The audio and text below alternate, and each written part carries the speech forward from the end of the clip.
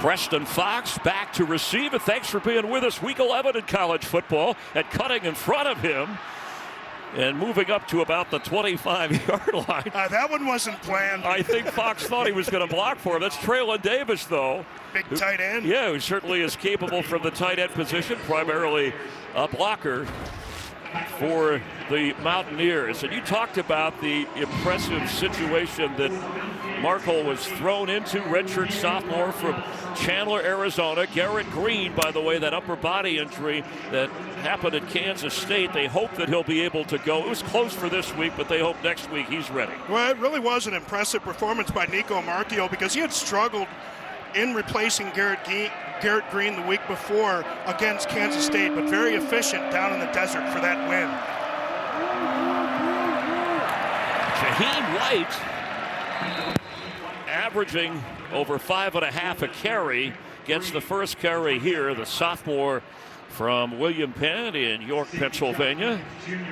And Wyatt Millham, one of the best in the business, back healthy at that left tackle spot. Yeah, Milam, one of the top-rated left tackles, offensive linemen in the country, tremendous player. He missed that game against Arizona. They're happy to have him back today.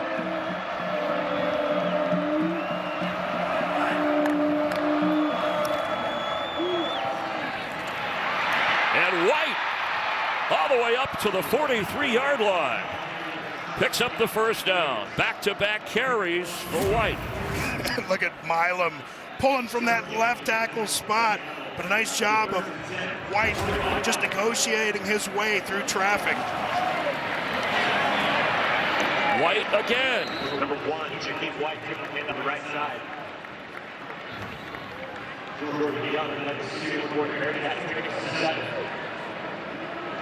Boy, and Cincinnati's just got to find some answers in that front. I know that they'd like to go with that three-man front because of what that allows them to do on the back end of the defense, but you just can't let West Virginia run the ball like this, and then you get hit with the play action.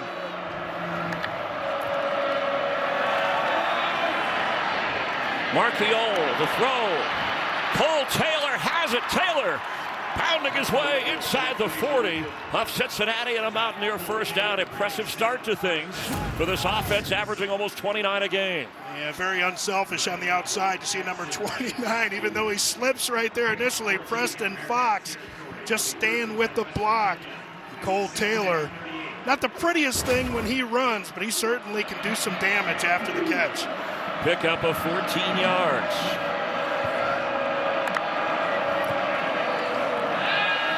Marchiol hesitates. The lefty fires and incomplete.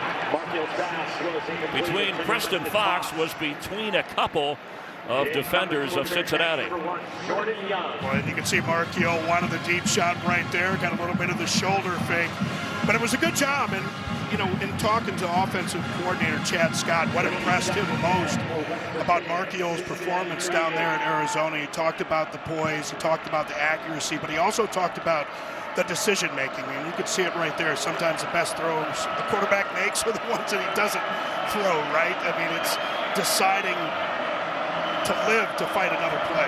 C.J. Donaldson in at running back with White, and it is White carrying, and this time the Cincinnati, that 3-5 defense doing its job. It's that Iowa State style defense. Dante Corleone up front leads the way, the face of the defense. With a name like Corleone, of course, the fans, Bearcat fans right away, he's the godfather. You may hear a few references throughout this game. Yeah, never hate your enemies. it can distract you. On a 3rd and 12, big chance for this Bearcat defense. Donaldson moving around, and West Virginia needs points. Pass is delivered, and again, it's Taylor. Going to be short of the first down, and nobody does a better job on 4th down. They've converted 17. That's the most 17 times this year, actually second most in all of college football, best in the conference, and it's 4th and 4. From the 32, and you like this move? Well, I do. You know, you want to be aggressive early, and remember Marchiol, not the runner that Garrett Green is, but certainly dangerous with his legs. Watch him with the potential to take off here. Marchiol fires without hesitation. It would have been a tough catch for Rodney Gallagher, but the coverage was good. And Cincinnati, that's Derek Canteen, the senior, who was on the coverage, voted one of the team captains. And an impressive drive for West Virginia stalls on 4th and 4. Bearcats take over on offense. Defensive stand by Cincinnati, and they take over at their own 32-yard line. Brandon Sorsby, the quarterback, and set to throw right away. He can run it as well. Can't find anybody, and plays it safe. Yeah, and of course, had the change. Defensive coordinator Jeff Kuhn's going to be the new defensive coordinator. Jordan Leslie was fired during the bye week, and that was more about what they were giving up from big plays and on 3rd and long. Nice job covering there on 1st down. And Corey Kiner, who you spoke of a moment ago in the open, is shoved backwards by this West Virginia defense that made a change during the bye week. Jeff Kuhns from inside linebacker takes over as defensive coordinator as Jordan Leslie was let go, but keeping with the same theme of their defense, just trying to be a little less obvious, maybe, if I'm paraphrasing and reading right. They want to disguise things, make it confusing for the offense, and on 3rd and 10, an opportunity to do that.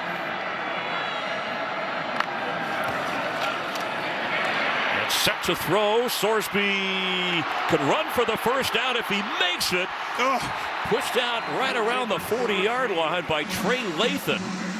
Oh boy, we're going to see where that ball. He did a nice job switching that ball over to the left hand, but he just couldn't get to the sticks fast enough, and it's going to be 4th and 1.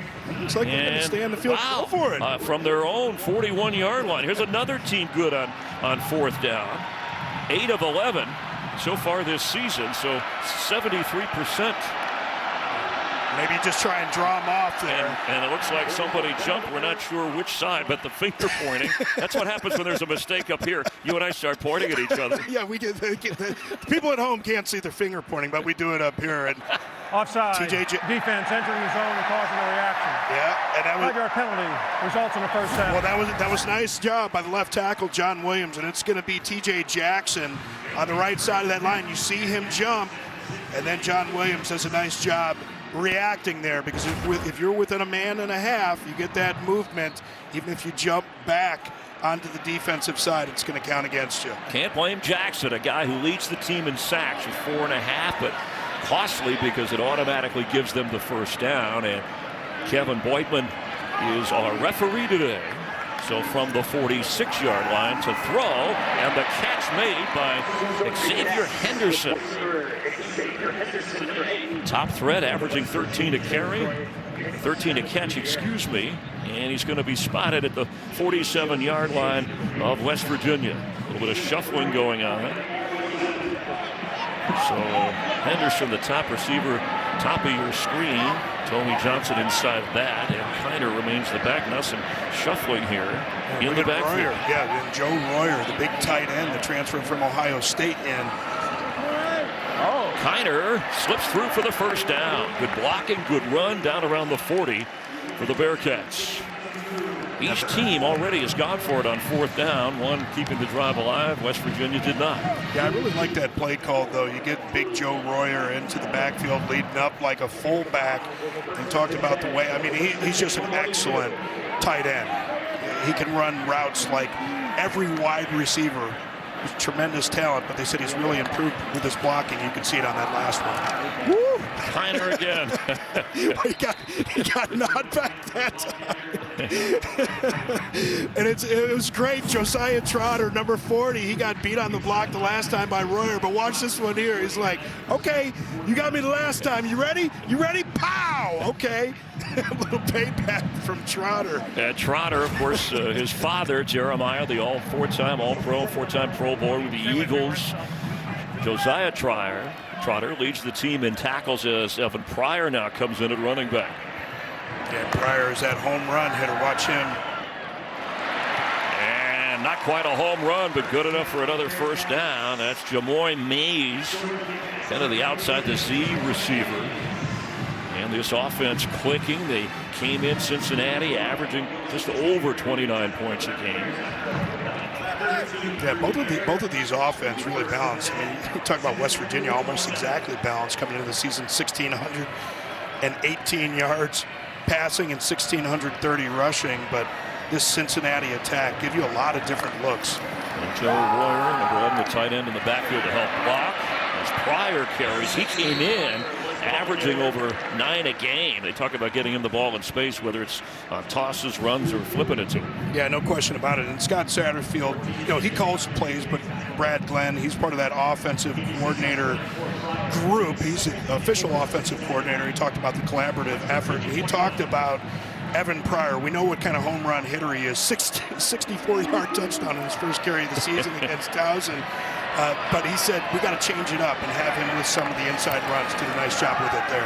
Another toss and another completion down to the 16-yard line. We'll check that spot. That's Tony Johnson, transfer from FAU. And it is good enough for the first down. Boy, a time-consuming, crisp drive. No, I mean, this is a tremendous drive.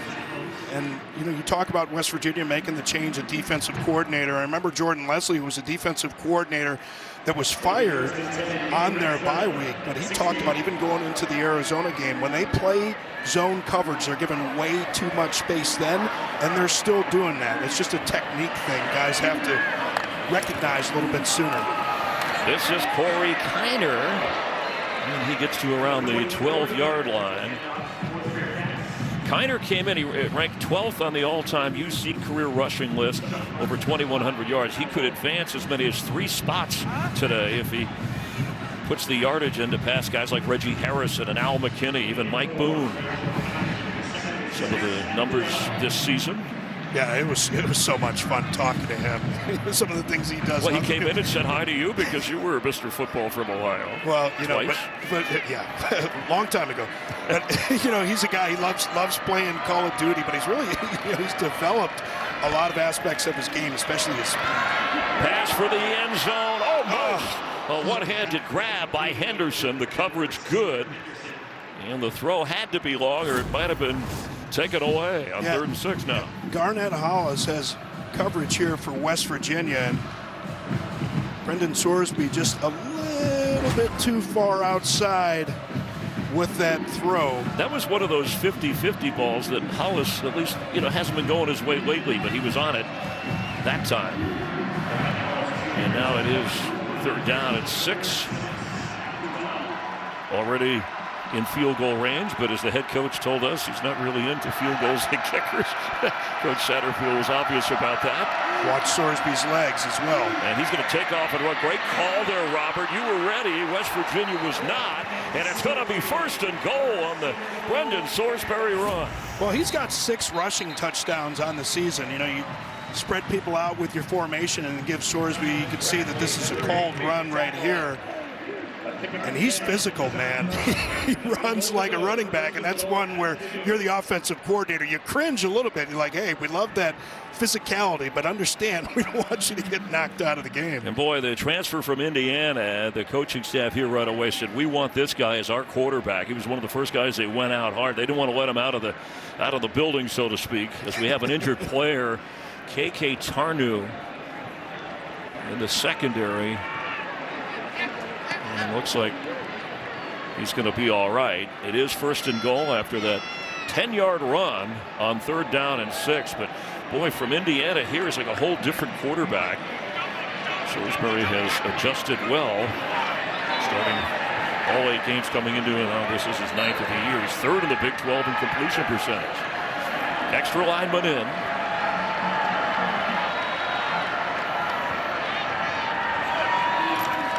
The pitch to Corey Kiner. Can he turn the corner and reach the end zone? Yes! Touchdown! Bearcats! First possession on offense, converting a 4th down in this drive, and now the touchdown. And this is just Kiner understanding that he has the speed to get to the edge. You're going to see number 35, Reed Carrico, going to have an opportunity, but he just can't seal that edge with the speed of Kiner. The speed work pays off, getting it into paid dirt. That was an area that, as good as he's been, they wanted him to improve upon. I don't know how you make yourself faster, but they said that he has improved his speed. Showed up a little bit there as Nathan Hawks will try the extra points. Are you kidding me? Head like a hole, 9-inch nails to break from Cuyahoga Falls, Ohio. The Cincinnati kid into the end zone. Type 2 diabetes? Discover the Ozempic Trizone. Down to turn it over, covering 68 yards and over 6 minutes, and the big news is they got the touchdown. Yeah, and that Sorsby run, remember that Sorsby run, just to get it to 4th and 1. West Virginia brought the pressure, but because of Sorsby's legs, able to escape, almost ended up getting that first down, and then you draw them off with your cadence. Yeah, 3 out of 5 in the passing on that drive. He had a couple of runs, actually, did Sorsby. Kiner, his 15th career touchdown to close it out, and Preston Fox on the return. And for West Virginia, gets up near the 25-yard line. Nico Marchiol had the offense moving. They just had, it was a tough 4th down because it was 4th and 4, not exactly a gimme, but on that previous drive. So now they have to try and respond here with just over 5 minutes in the opening quarter. Yeah, and Marchiol, as a lot of young quarterbacks do, get a little bit impatient and a little bit hurried with their footwork, and that can cause those accuracy issues. And that's what we saw on that 4th down play, just really high with that throw. Did such a great job with his accuracy down in the desert. A little bit windier here today. Just got to stay calm. And it's Shaheem White, and excellent defense by UC as they try and keep the ground game in check. And that's the true freshman, Jaquan Sanks, coming up to make that tackle. Man, he just recognized it right away. He comes in. Of course, you got Antoine Peak back there, the redshirt sophomore, another Cincinnati kid, but from Columbus, Georgia. Sanks, as a freshman, getting plenty of playing time. Picked up only 2. Donaldson is in. And Nico Marchiol keeps. It's up across the 32. So they'll have a 3rd down. Need to get to that 35, just over the edge of the 35 for a first down. West Virginia winning at Arizona, as you talked about before the bye week. Prior to that, lost to Kansas State, Iowa State. Knocked off Oklahoma State. Back to start the month of October. And as his head coach said, critical time. We have to focus on just one game at a time, but it starts here. Conference scheduling in the Big 12. Head-to-head, want to stay alive. Trouble for Marchiol, and the Bearcats smother him as he got across the 31-yard line. Looked like Jake Galladay, who leads the team in tackles, got there first. Well, you can see they huddled up before that play. The little substitution, Cole Taylor came into the game. They huddled up and called that play. I don't know if that's something that he called at the line. They actually did that. It seems like you wouldn't want to huddle up for just that kind of run play. Maybe that's something he thought he was going to be able to get with the alignment of the defense, but clearly that Cincinnati defense rose to the occasion. Mays, fair catch inside the 25 of Cincinnati. Bluegrass, a vibe from Cincinnati to Morgantown, 300 miles and separate the schools. In fact, one of the few that West Virginia, if any, that they could actually drive to where it makes sense, and they did. They took a bus for West Virginia to come to Cincinnati. The players, they stopped over in Columbus as Kiner carries on first down. And by the way, K.K. Tarnu is back in for the West Virginia defense. Yeah, and they need him back there. He's a guy that plays all 5 positions and all that versatility. And they're just so banged up. You know, Burks and Garnes already gone, injured for the last few weeks. Just run out of bodies, man. You know, people say, hey, next man up, and it sounds great. But even in this era of the transfer portal, bringing in new players, I mean, you can have the next man up mentality, but it's about having a next man up roster with guys that have some experience and can step in. Yeah, there's a lot of seniors in that secondary, but they just haven't played together. Pass complete across the 41. Nice throw. And Joe Royer hauls that in. Junior from Cincinnati, Ohio State transfer. And we talk about the issues playing zone coverage. It's been a problem for West Virginia. You know, you got to see the quarterback, you got to feel those receivers, but you got to squeeze those routes. When you got to have a target like Joe Royer, such a prolific pass catcher, you have to account for him and try and squeeze that area to fit that ball in. And there goes Kleiner back to Royer, a little used at Ohio State for 3 years, and it was Luke Canberra, right guard, who helped recruit him or influence him to come home to Cincinnati, as they both were in high school together. And he leads all Big 12 tight ends with 36 catches, at least coming into the game, second in receiving yards. Yeah, Cincinnati Elder, they've been a powerhouse for a long time, all the way back to when I was in high school. That far back? Last century. But was it really then? Oh, yes, it was. Meanwhile, 2nd and 5. Come on, we kid because we care. And wow, grinding through the middle of that defense and getting the first down is Corey Kiner. Boy, he's everything you said he was and more. Only 5'9". Yeah, only 5'9", but I tell you, man, that short space, short or small area quickness, his ability to get those, we used to call that popping the toes, man. You just get those feet up really quickly, get them up and down really quickly in traffic, and just little subtle movements to make people miss. Doesn't need to be a lot.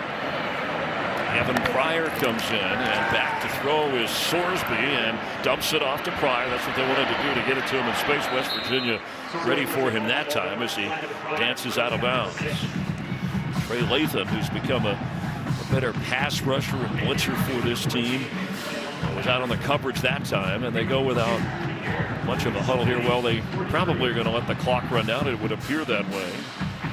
10 seconds and counting before the end of the quarter. So after the 2-yard pickup, it'll be 2nd and 8. We start the second quarter. And the home team, what it is known as, just about maybe 40,000, sold out today for this one. As we start the second quarter. And running is Tony Johnson. And that should be, it is enough for a first down. A nice job mixing in that run-pass option. And again, it's West Virginia defense. New defensive coordinator Jeff Coons. Still some of the same issues, too much space. Fake to Kiner, pass complete to Xavier Henderson. Kiner with 8 carries so far. He's got the touchdown, and Sorsby 6 out of 8, keeping the Cincinnati offense moving. It'll be 2nd down 3. You always talk about staying in front of the sticks. Cincinnati's doing an excellent job there, and West Virginia, conversely, on the defensive side. And you know, it's easy to say up here, you know, dial up the pressure and take some chances, but you have to have the personnel able to do it. Kiner, and brought down from behind. Tyron Bradley, who already has 5 tackles in the game to lead West Virginia, tracked him like a GPS device. Yeah, watch Bradley come from the back end here. He sees that tackle go down. He's going for the ride there. Nice job. And they talked about Bradley, you know, by nature, he's a pass rush kind of guy. And you can see that first step quickness. And there it was really the diagnosis, recognition, but then the finish as well. 1-yard loss. Yeah, the West Virginia, the sacks are down this year compared to last year. They're trying to improve on that. Both Pryor and Kiner check in on 3rd and 4 in the backfield. And it's Kiner, and he's not going to get the first down. So aggressive on offense for both of these teams. And again, they're going for it without hesitation here. Need a yard. You can see Sorsby trying to direct traffic in the backfield. He's telling Pryor, you got to get out of here. Watch his legs here. And he's in trouble and flips. Oh! Intercepted. West Virginia with a takeaway. And going the other way, Anthony Wilson Jr. takes it in for the touchdown.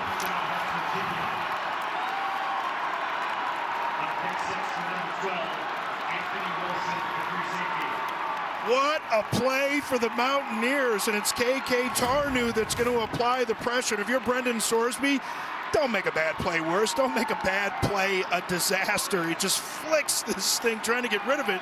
It's 4th down.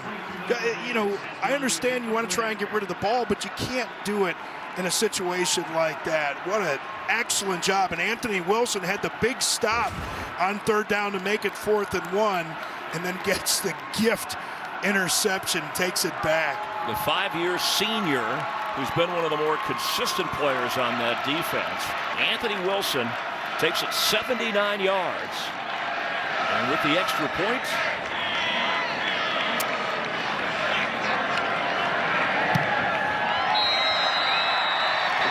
we will be tied at 7.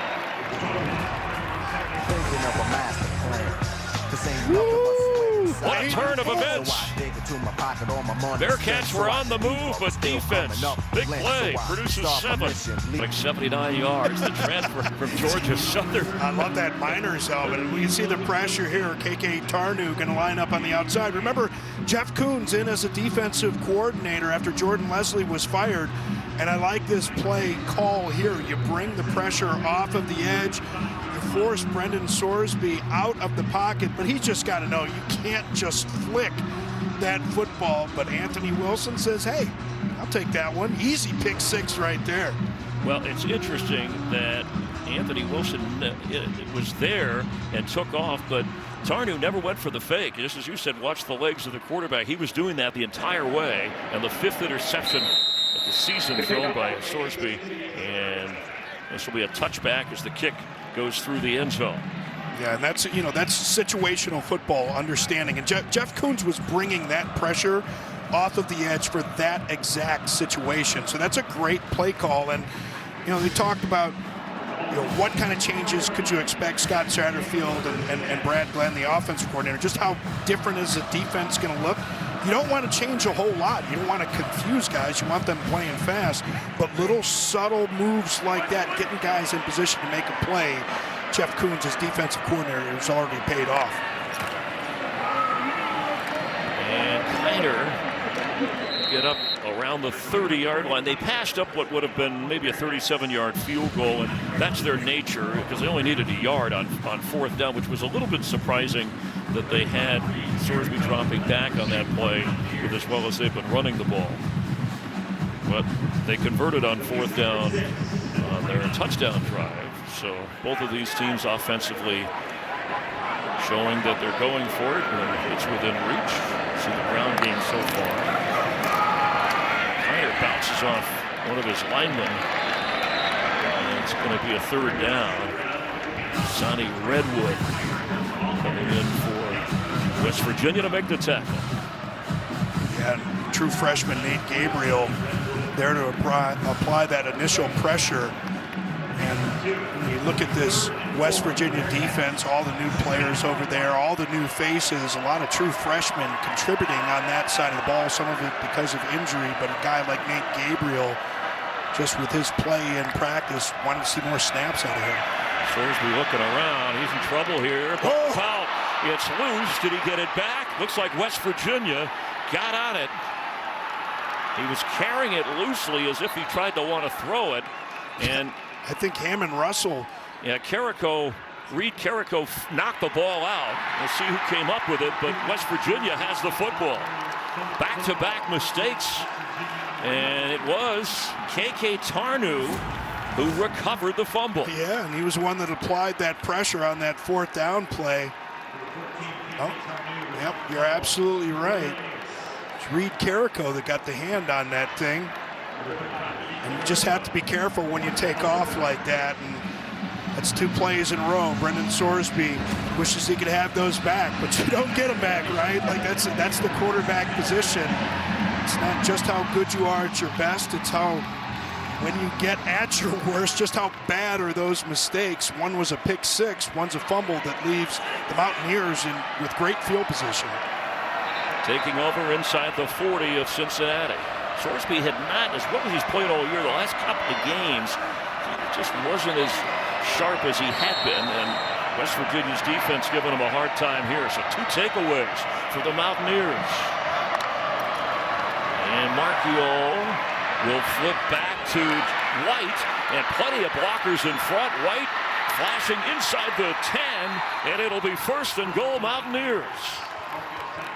Boy, I love this play design, and Craig Roman said, offensive coordinator, if you're not pulling linemen, it's not really play action. Do a nice job pulling one of the linemen, then getting some linemen out in front. Brandon Yates, the center, Nick Malone get in front of Jaheim White on that one, but it was really that play action that drew that Bearcats defense out of position. 28-yard pickup, the most explosive player on this West Virginia offense. They want to give him the ball, 20-plus carries. Throw it to him when they can. A fake there, pressure coming, but flipping to the tight end Taylor, and Cole Taylor brought down at the 6-yard line. They'll never expect us to go with screen 2 plays in a row, so you go screen 2 plays in a row. Nico Marchiol, he's a tough guy, but he took a shot in the desert on a play, got a bloody nose. You can see a lot of times on those screens, you get a little bit nervous as a quarterback because they let all those defensive linemen go, but he did a nice job getting that ball out there and get those pullers in front. And again, not the runner that Green is, but certainly dangerous with his legs. Watch him here. C.J. Donaldson in at running back. He gets the football and nowhere to go. Jared Bartlett, second on the team in tackles, the West Virginia transfer. His first year in Cincinnati, and talked about getting text messages from his former teammates. Straight, like, we hate you, and all these. Like, okay, whatever. Whatever, right. I know where I am now. It's a great story, though. Just as a guy that, he thought he was going to have an opportunity to get more playing time. And it's something that we've heard all year long from coaches. Got to protect the middle of your roster. Here we go with a 3rd down opportunity for West Virginia. Watch Hudson Clement. Firing into the end zone, almost intercepted. Excellent defensive play by Logan Wilson. Also plays special teams. Got his hands up, and it's 4th down. 5th-year senior out of Dallas, Texas, and he undercuts this route. Gets the hand up, knocks it away at the last second there. Nico Marchiol, that was a dangerous throw. Wilson really had an opportunity to step under that all the way and intercept it. So with the crunched space down there, a 24-yard field goal instead of going on 4th down. Yeah, they faked one down at Arizona, and Bechtel, the holder, got a touchdown. Okay, no Hayes. No fake this time, right down the middle. And the Mountaineers have a 3-point lead. Defense got him 1 touchdown, and then this fumble recovery got him the ball back to kick the 3. Look at that wonderful handlebar mustache. That's a true Mountaineer right there. And there's a lot of Mountaineer fans, obviously, the proximity. Yeah, and the history from the Big East, and now the Big 12. I figure over time they'll renew the rivalry or create a new one between these two schools. But desperate times for West Virginia at 4-4, and Cincinnati, they get a win, they become bowl eligible. So how does a young quarterback, a sophomore like Sorsby, handle back-to-back miscues that have put his team in a hole? Yeah, and that's what the quarterback position is always about. What's the most important play for a quarterback? The next play. And you just have to have a short memory. Now, obviously, you want to protect the ball better and understand the mistakes that you made previously, but you can't let that carry over into the next plays. And you still have to mix in some aggression and take some chances every now and then. And he's coming out firing and incomplete. That was for Henderson. 3 different Mountaineers back there. Let's give the West Virginia defense credit. I like to call them takeaways, however you want to. It's a fumble interception. I know there are miscues on the part of the offense, but the defense was there to take it away. So how about go back to Sorsby, a sophomore, and how about a veteran, well, I say veteran, a 5-year senior like Kiner, who they talk about his leadership. He's more vocal. He was on the leadership council, helping out his quarterback. I'm just looking for some experience back there to maybe settle his quarterback. So they give it to Kiner. Not much. Stopped short of the 29-yard line. So you got a third and long situation here. And this is the reason that Neil Brown made the change. One of the reasons that they made the change. Defensive coordinator, bringing in Jeff Coons. They've really been struggling in third and long. Here an opportunity. It looks like they're going to play some man. And Joe Warrior, the tight end, flexed out in the middle of those three receivers on the right-hand side. Matchup nightmare. Blitz is coming. Picked up. Sorsby's throw, and we may see a flag, and we will. It was forward Xavier Henderson. That flag came out right away. It looked like his progress to the ball. Garnett Hollis Jr. may have been impeded at first glance. And we talk about Brendan Sorsby and some of the issues that he's had early in this ball game. Looks like he locked in a little bit early. There's no foul on the play for pass interference. It's fourth down. Cincinnati fans not going to be happy with that one. And they may just say, we still haven't seen it, but it looks like, sometimes you get a little bit of pushing and shoving from both sides. And I know you want to go to Henderson on that one, but pretty good coverage by Hollis. He got the hands there, but I think the question is, did he significantly impede? Did he actually interfere? Was the receiver somehow stopped from moving? And although the hands were there, it didn't really look like he did much to move him. So the flag is picked up, and it's fourth down. Mason Fletcher back to boot it away. We've got Australian punters for both teams. And it is Preston Fox, no fair catch. And he gets something out of that up across the 40. A gutsy call, but he made it pay off. And that ball gets stripped out. Fortunately for Fox, got nothing. Think of Evan Prater. Even though he went to Wyoming High School, he's an Ohio guy as well. So, Mr. Ohio, Mr. Football winners from the Buckeye State. But it's West Virginia with the lead. Marchio, incomplete. Oh, Minkins almost able to make the interception there. And that's one where Marchio, he just wants to take a chance to throw it downfield. Give this guy an opportunity, and Traylon Ray, we've seen him make some big ones before, but really just a poor decision right there. I mean, you can turn that one over. So the defenses have done a pretty good job on the quarterbacks. This Cincinnati defense has forced some turnovers with 3 interceptions. They've recovered 8 fumbles. Donaldson in at running back for West Virginia, but they need to slow down the Mountaineers. Their offense has taken advantage of their defense with takeaways to produce points. And both of these teams, you don't see a lot of defenses do it. I mean, you see some of the, you talk about Iowa State and that 3-man front, and that's what Tyson Veit, he's from that family with Matt Campbell and John Haycock, both at Toledo and Iowa State. Both of these teams familiar with 3-man fronts. Both of them use it a lot. 3rd and 7. The throw is high over the head of Traylon Ray. And Cincinnati's defense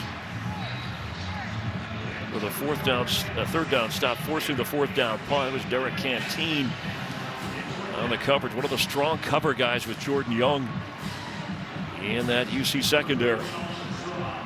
And West Virginia fans seeing more of the Nico Marchio that they saw in the second half against Kansas State when he came in to replace Garrett Green. He was only 6 of 13 in that game. And, it's interesting. Quarterbacks generally have a preferred miss. And it seems like Marchio, that high miss, is the one that he has most often. Oliver Straw from Melbourne, Australia, with the boot. Bounces around, we'll say the 14-yard line. Check the exact spot. With the boot, the Australian boot. That's a Simpsons episode. We'll talk about that later. Simpsons and your music. This is Blue Man, Blue Bearcats, all Blue Man and Blue Bearcat group. 43-yard punt. Oh, there's the All right, so Neil Brown was saying that, look, he still thinks a 2-loss team in the Big 12 conference can play in that conference championship game, which is why this game is so pivotal. You see the way the standings are. BYU, the only undefeated overall and in conference. Yeah, it's been wild. It's been wild in the Big 12. It's been wild around the country, right? I mean, with the transfer portal and NIL, just everything about college football now, things are just wide open. Teams just look so different year to year, but they're certainly still in it.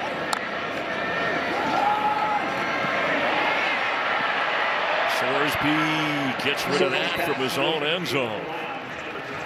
Boy, he just does not look comfortable. So, and Lathan again was all. I mean, this West Virginia defense is either applying more pressure than he expected, or at least the coverages are different. Yeah, and that's what Jeff Coons was talking about. He wants to be smart.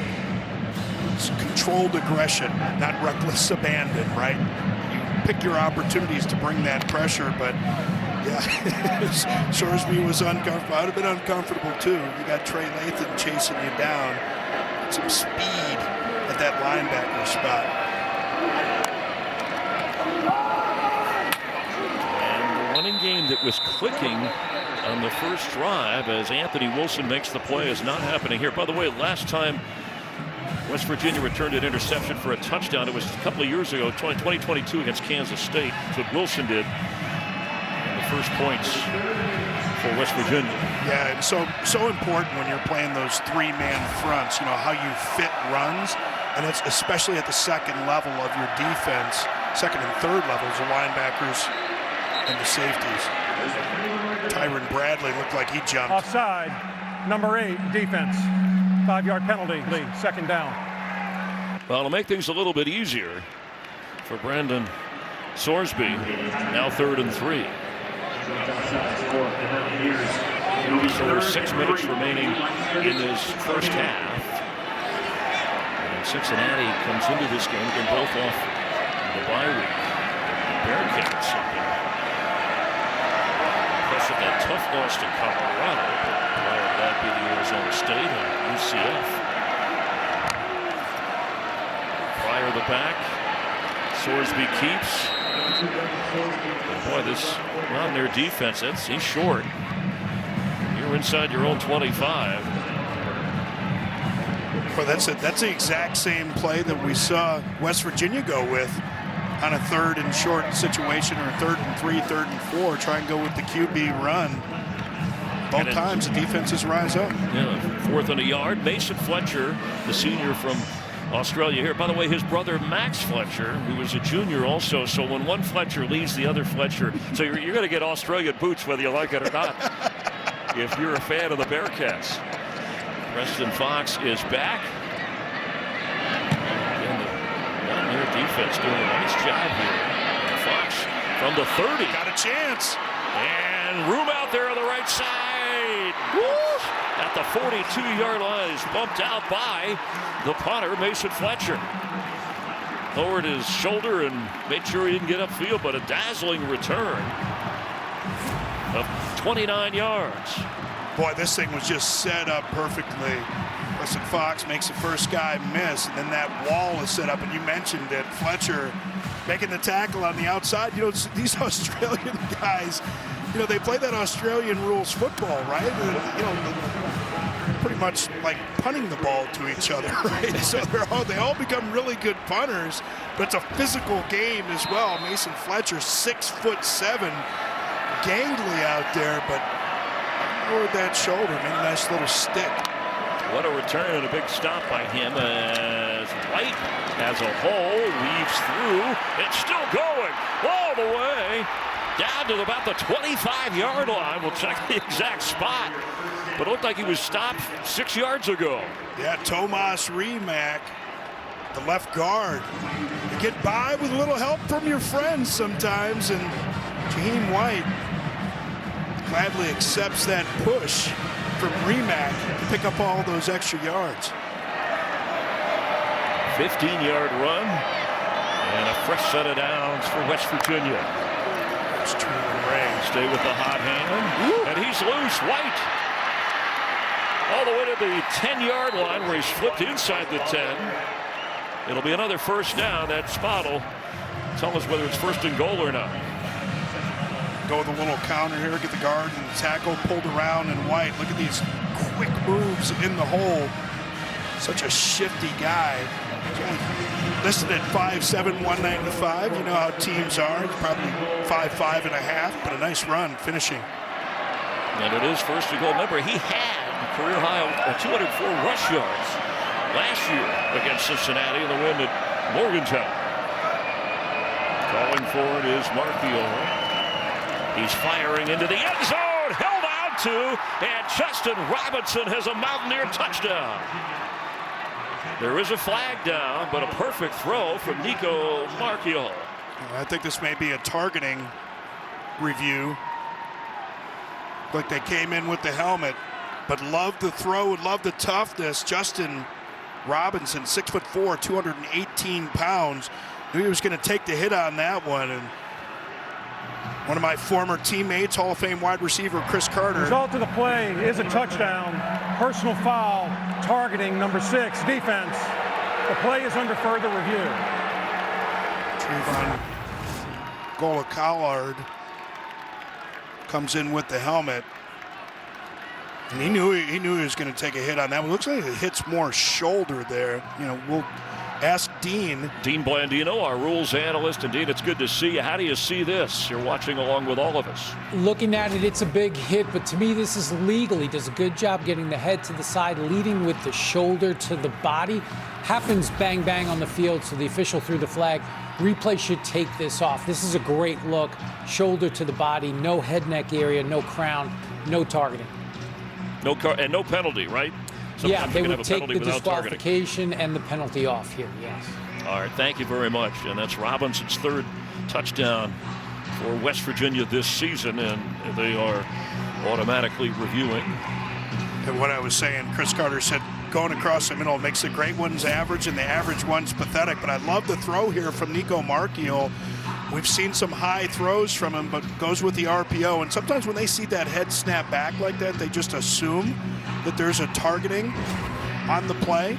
I don't mind that. I mean, we want to get those dangerous hits out of the game, but Justin Robinson knew he was going to take the hit. You can see he's telling the story on the sideline. Took his best shot, got right back up. Saw Garrett Green, who again they hope can be good to go next week, talking with Marchiol, the quarterback who had the starting job before that upper body. So they're referencing upper body injury, but Marchiol is trying to keep them in that Big 12 conference race with 2 losses in the conference and trying to get above 500 for the year. I'm a little bit surprised that this review is taking as long as it is. I mean, I know that they want to get it right, but, you know, as Dean said, and kind of see almost immediately, it looked like it was a hit with the shoulder to the shoulder, and the head snaps back really just because of inertia, right? And Newton's first law of motion. I thought, yeah, Dean gave a clear explanation, and so I thought then this would just be a matter of confirming this, or hey, it's off the board, both the targeting and the penalty. This is unusual. I mean, you know, normally when you have delays like this, there would be over a spot or something like that, but it looked pretty clear that he doesn't get in there to the head or neck area with the shoulder pad. I mean, they saw something we didn't see. Well, the 29-yard punt return by Preston Fox set this up for West Virginia and Marchiol to lead them down close, and then the touchdown throw to Justin Robinson, the transfer from Mississippi State. They like him as a big target to rely on at 6'4", and they thought he would be a guy they could go to in the red zone. In that case, they certainly did. It looks like they're playing the game show theme music here. After further review, there is no foul for targeting on the play. The ruling of a touchdown is confirmed. We will play the try. And no penalty. Dean was spot on. Officiating crew gets it right. And we'll try the extra point. Michael Hayes from Florence, South Carolina, in his 5th year. has already hit 1 field goal and 1 extra point today.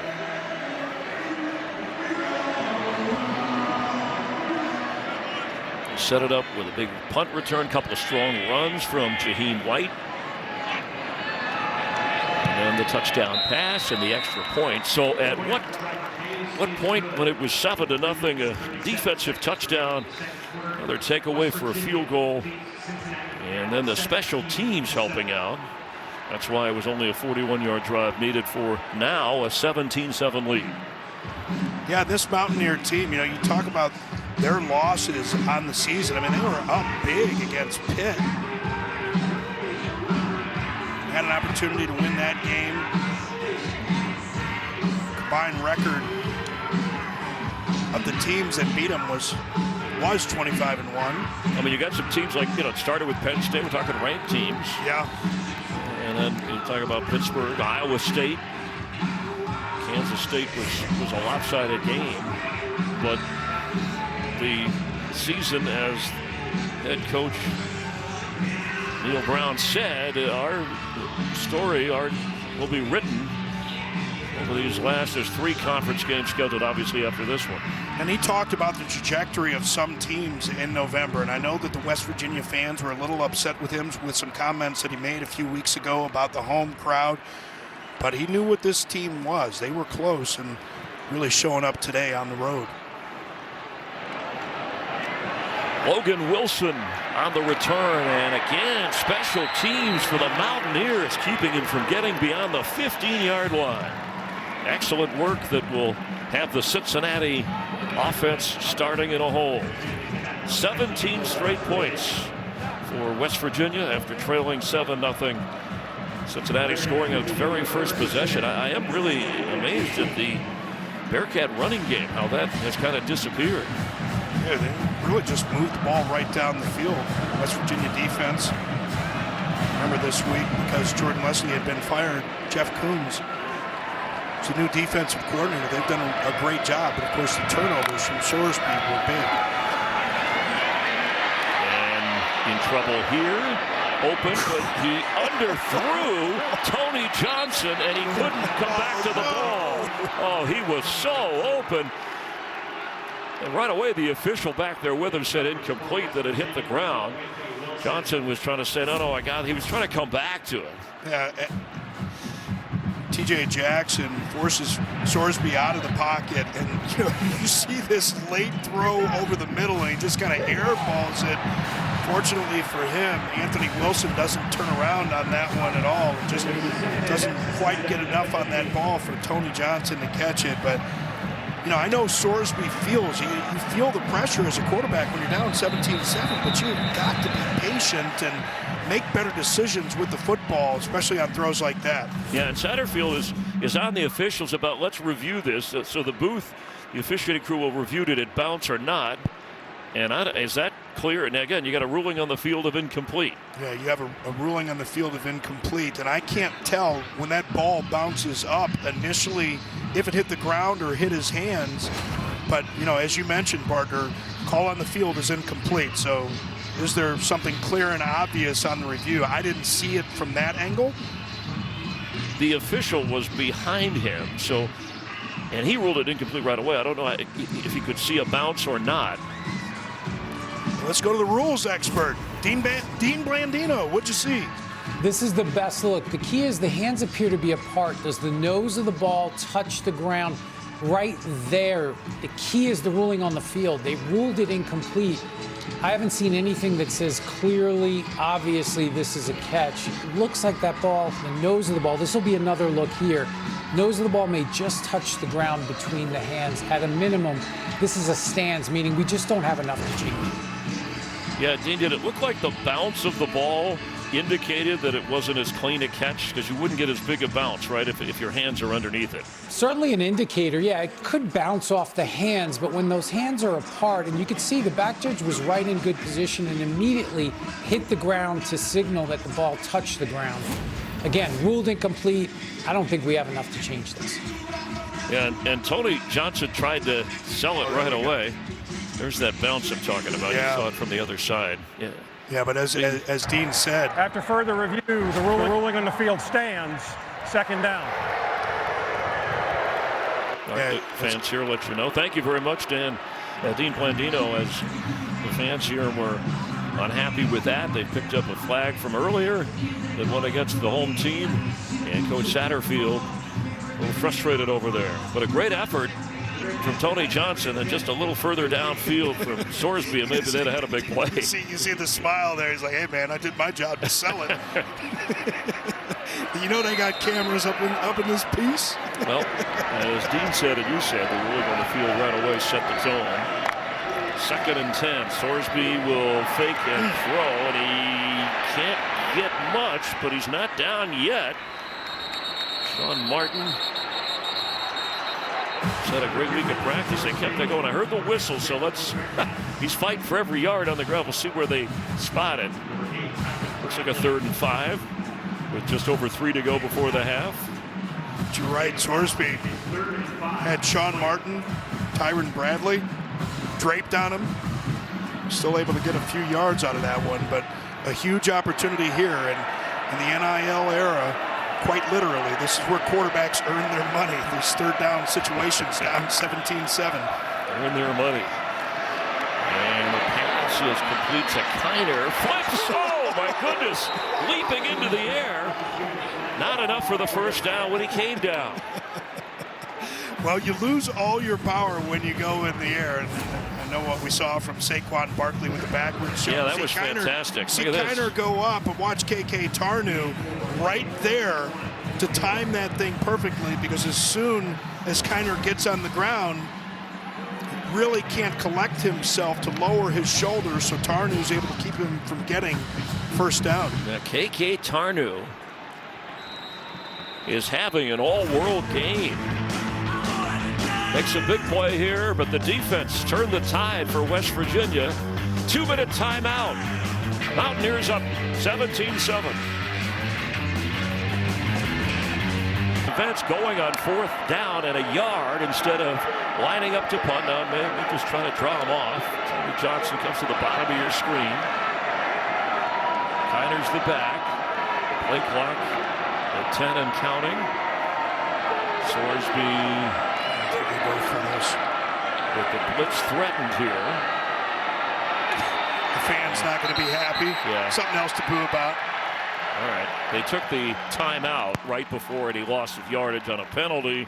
It was worth a shot. It worked once before. Yeah, absolutely. And you know, Jeff Kuhn's a defensive coordinator. You know, one of the reasons they like to have him as a defensive coordinator, you know, he's worked with the front, he's worked with the linebackers, he's worked with the safeties, also works special teams. So situational awareness. And he got those guys over there and he said, if one of you guys jumps on this play, I didn't want to tell you what I'm going to do to you, but did a nice job holding their water on the defensive side there.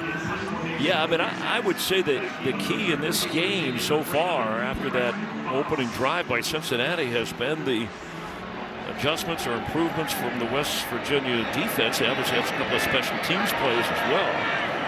Mason Fletcher kicking it away for the Bearcats. Fox, who had the 29-yard return last time, loses the football. There's a flag down.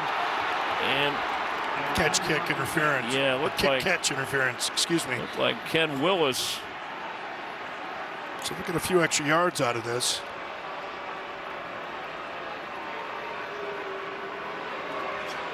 Looked like Willis got in the way of things.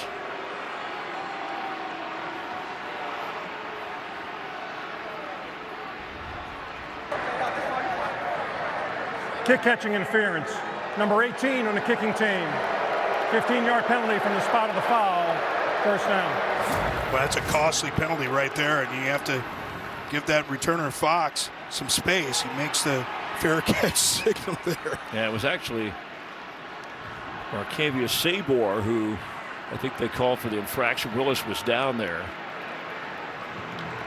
West Virginia will benefit, as you see, the frustration from Fletcher. Yeah, Fletcher, he's like, this messes with my net punting average. Well, he also wanted the football. They could kick a little bit of the spin in that wobbly Ball coming into a returner. West Virginia all the way up to their own 46, and they have all 3 timeouts.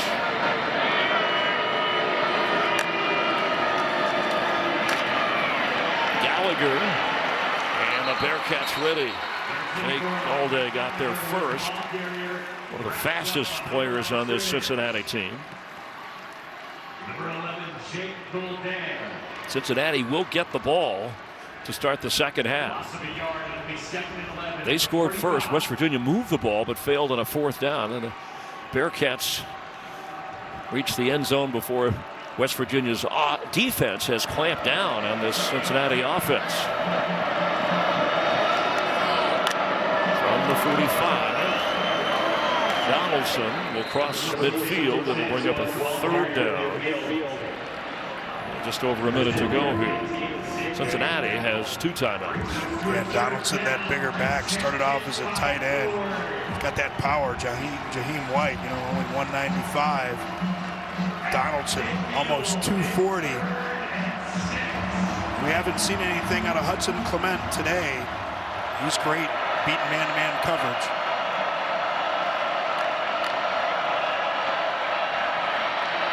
Marquiol is going to keep, and Jared Bartlett closed fast, and a quick timeout for Cincinnati.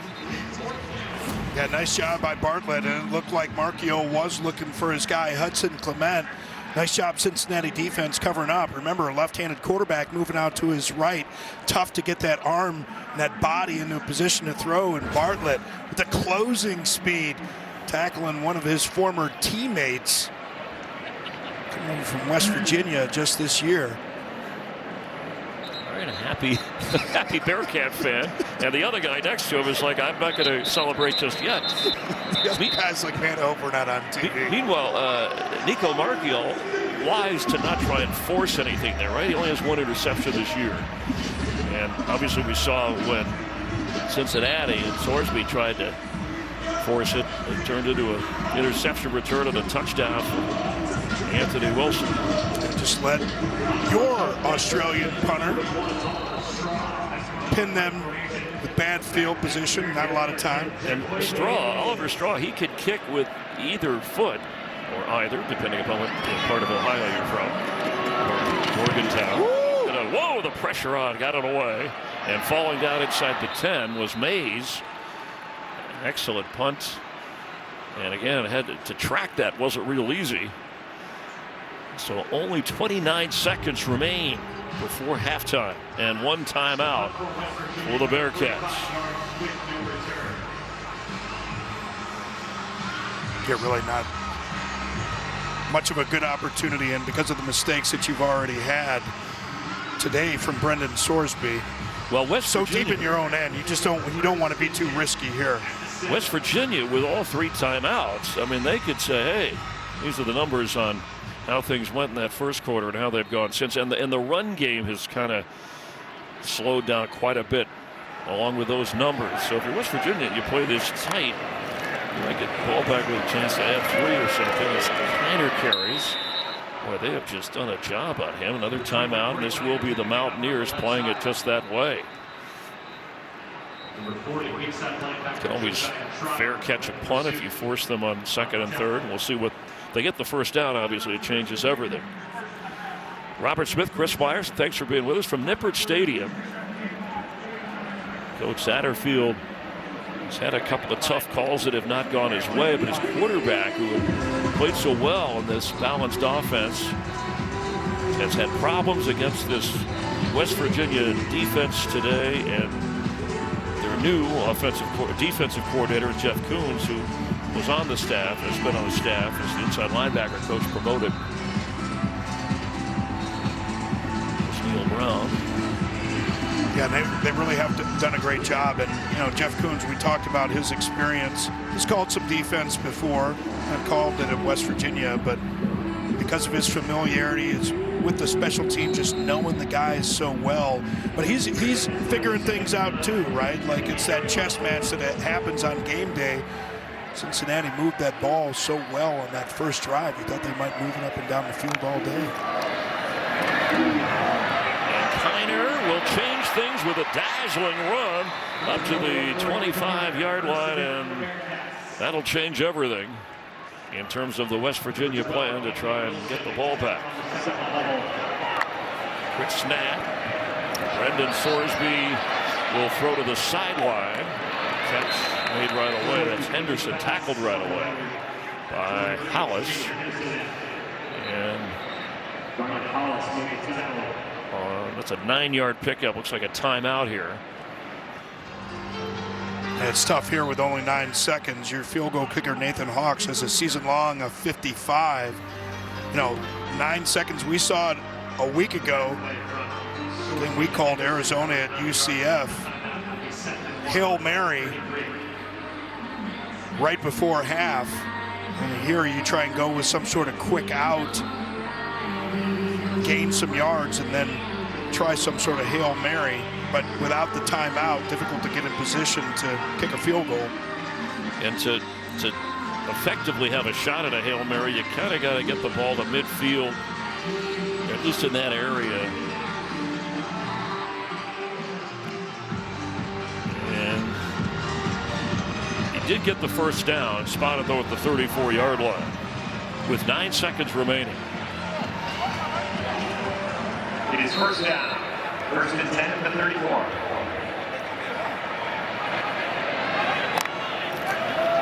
Sorsby from the pocket, and that'll only gain a couple as Pryor goes out of bounds. And now 5 seconds. So is it worth a Hail Mary and maybe get a pass interference call or something to set you up downfield? You just have to be careful after a lost fumble and an interception return for a touchdown that you don't allow this defense of West Virginia to make a big play with 5 seconds remaining. And if you're the Bearcats, you know you're getting the ball to start the second half. Yeah, this is one where try the hook and lateral, maybe underneath, or you just hand it off, wave the white flag. And well played. Pryor will end the half. Fans here of UC letting their team have it. See what he can do here in this second half, though.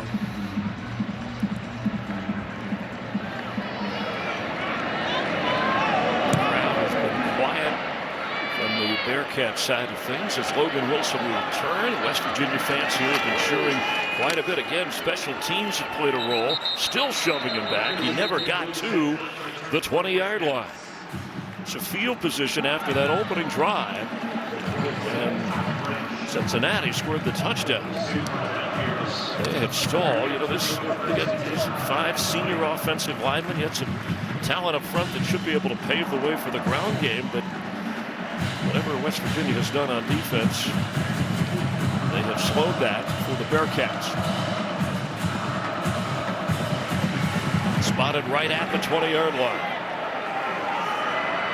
Joe Royer, an eye on him in this second half.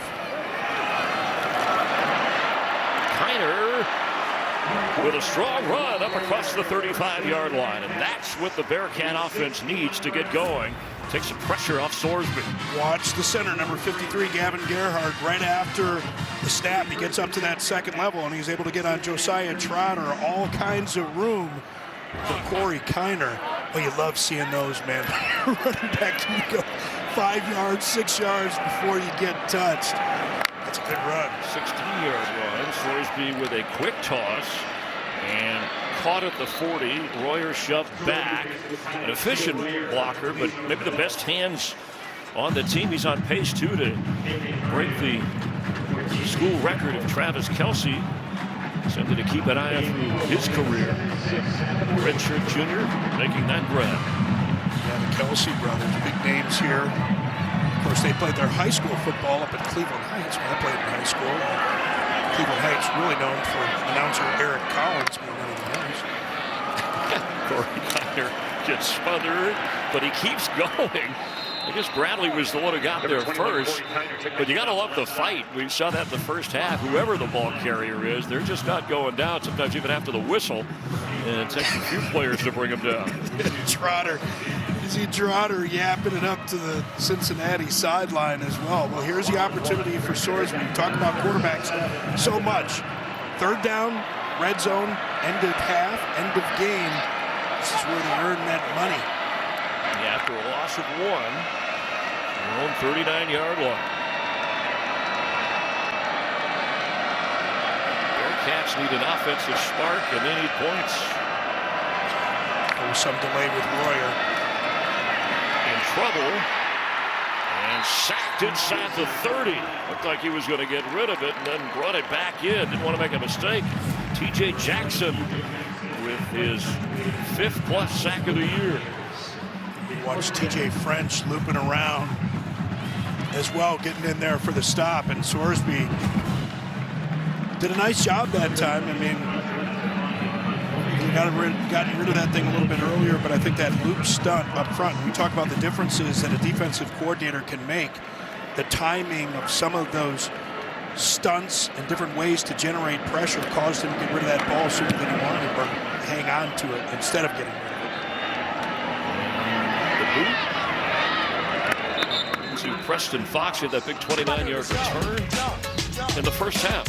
Flag down at the 40. My name is Shaw. What did you say on this one? Morgantown, a 42-21 win. That was their only meeting as members of the Big 8 Conference. Big East earlier from 2005 through 2011. See more of each other in the 16-team Big 12 here in Cincinnati. Bearcat fans hoping for some defense after that 44-yard punt. There was a 15-yard penalty with face mask that advances the ball as White works his way to about the 47-48 line of Cincinnati. With the hallmark of a Neil Brown team, that ability to run the football, and Jaheim White just find a little bit of space on the backside there. Expect to see a heavy dose of the run, not taking too many chances with this kind of lead in the second half, especially when that run game's so effective. And now you got both of the backs, C.J. Donaldson and Jaheim White in the backfield. And White cannot squeeze through, stopped at the 46. It'll be a third down play. This is exactly what the Cincinnati defense needs. At least want to make West Virginia work a little bit for this third down. You know, we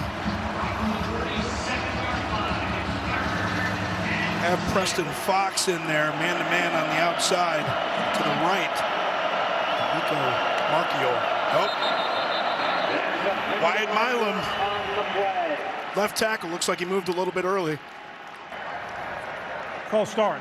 Number 74 offense. 5-yard penalty. Still third down.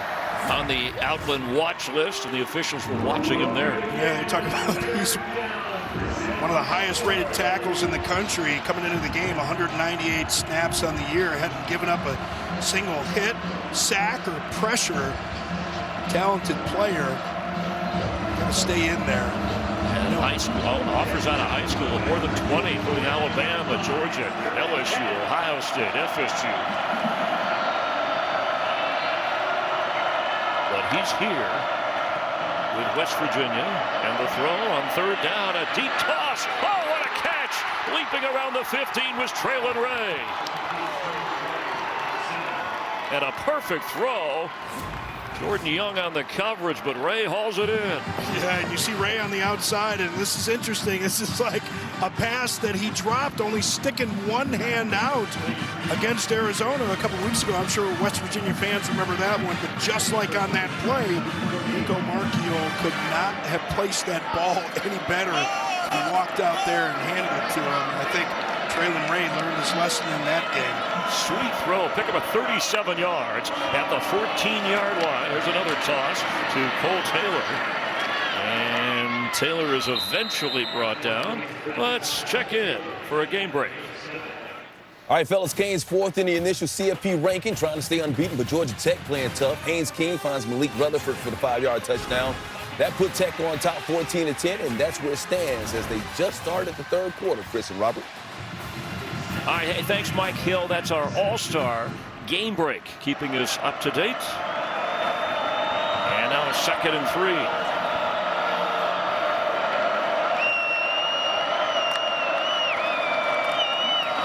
It's White. And he was waiting for an opening, but Eric Phillips to help clog up that opportunity that looked like it was going to develop through the West Virginia offensive line. Yeah, he's from the same high school, Coleraine, right here in Cincinnati, is Corleone. We haven't called Dante Corleone's name much. Either the face of the defense, the middle of that Bearcat defense. You know, whatever you do whatever you want, Chris, but don't go against the family. I'm sure you'll hear a few Corleone Godfather references. It's nothing personal, it's just business. And keeping is Marchiol, and he's into the end zone for a Mountaineer touchdown. Nico Marchiol, what a drive. Yeah, watch the center, Brandon Yates, and the right guard, Jaquay Hubbard, the blocks that they get on this. You see Marchiol set up like he's going to throw, but those guys got it on lockdown. And Tomas Rimac also able to get up and get on somebody. Boy, you get looks like that in the red zone. You know, Cincinnati, you have to understand with a quarterback like Marchiol, just like you have with Sorsby that's dangerous with his legs, you got to have other guys ready to come to the party. Other than center Brandon Yates, it's a senior offensive line, senior Layton, and they paved the way. He had the big throw downfield and then the touchdown run. How about this, John Denver, baby? I know we're waiting for Machine Gun Kelly's version. West Virginia. Offense did exactly what they needed to do. Cincinnati got to get something going on this one. Brandon Yates working it perfectly as Wilson is on the return. And Logan Wilson with a great effort to get up around the 27-28 yard line. Well, now you're down 24-7. So if you're Brendan Sorsby, 11 of 18 so far. That's a quite tough 90 yards. Kiner 74 yards with the touchdown run, but that's on 18 carries, and it's changed dramatically since the first couple of drives of this game. At one point, you know, I don't know what hurry up or what you've got planned, but you can't give the ball back to West Virginia the way things are looking here if you're Cincinnati. Well, you see Evan Pryor, number 6, going into the game. This guy is instant offense, the transfer from Ohio State. Speed to burn. They get him in the backfield with Corey Kiner. I'm getting the ball to him any way I can.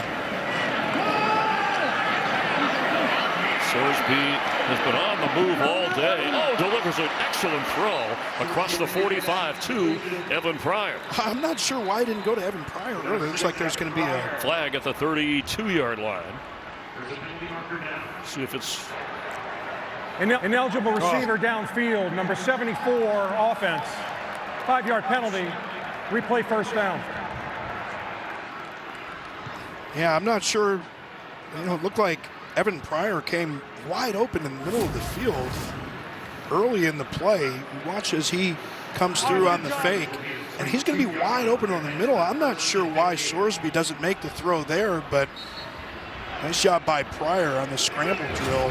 Of course, that happens so many times when the quarterback hangs on to the ball like that, and those linemen tend to drift. I was just going to say, you're in a tough spot. If you're the lineman there, you're waiting, you've got to look back, make sure the ball's thrown. So now it's 1st and 15. Backs them up. And nowhere to go for Corey Kiner. There's Josiah Trotter fired up.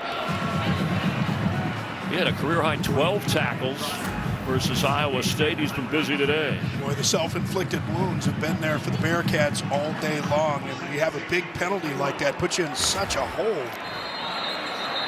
They tried the quick snap, go without a huddle, flag down after a loss of 1. False start, 0, offense. 5-yard penalty, still second down. All right, the call was on Tony Johnson, but they all just looked like they weren't quite set. And boy, for a team that had been in such a groove offensively, Cincinnati sputtering, West Virginia making them pay. 2nd and 21. It's the great thing about college football, but it's got to be the most frustrating, you know, Tums moments if you're a head coach. Like, you don't know what kids are going to be half to half, let alone week to week. Pass is caught, and that's Xavier Henderson getting some of that back. Good looking play for Sorsby and the Bearcats. Need to get up to the 37-yard line for a first. Still need 10.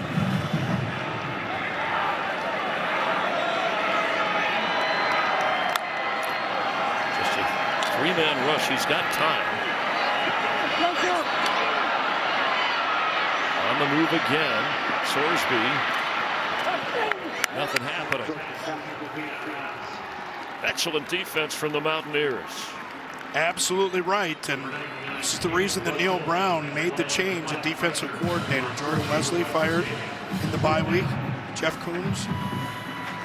And part of that, what Neil Brown said, was we don't want to give the opposition. Don't give them the answers to the test, right? Need to disguise things a little bit, make it work before the snap of the ball to see where they have to go, what they have to do. And that seems like that's what they're doing with Sorsby in this offense. They just don't seem in sync.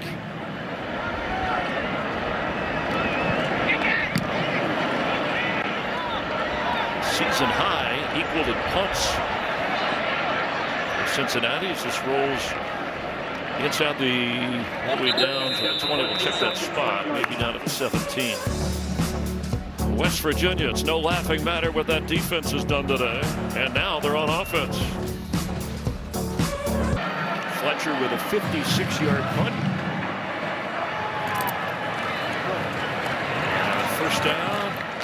They keep it on the ground. We mentioned that this defense of Cincinnati, they need a big play from somebody. Dante Corleone, who is pre-season All Big 12 Outland, and is not in the game at the moment, which is interesting. Well, you remember the Pitt game was his first game of the season, and they discovered the blood clots in his lungs over the summer, and they said anybody that's played the game, you can't condition live reps in any other way but getting live reps. So I'm not sure if that's the reason why. Just a little bit tired, but love to see him back out there. Yeah, it's a protein deficiency, genetic, but they caught it, helped correct it.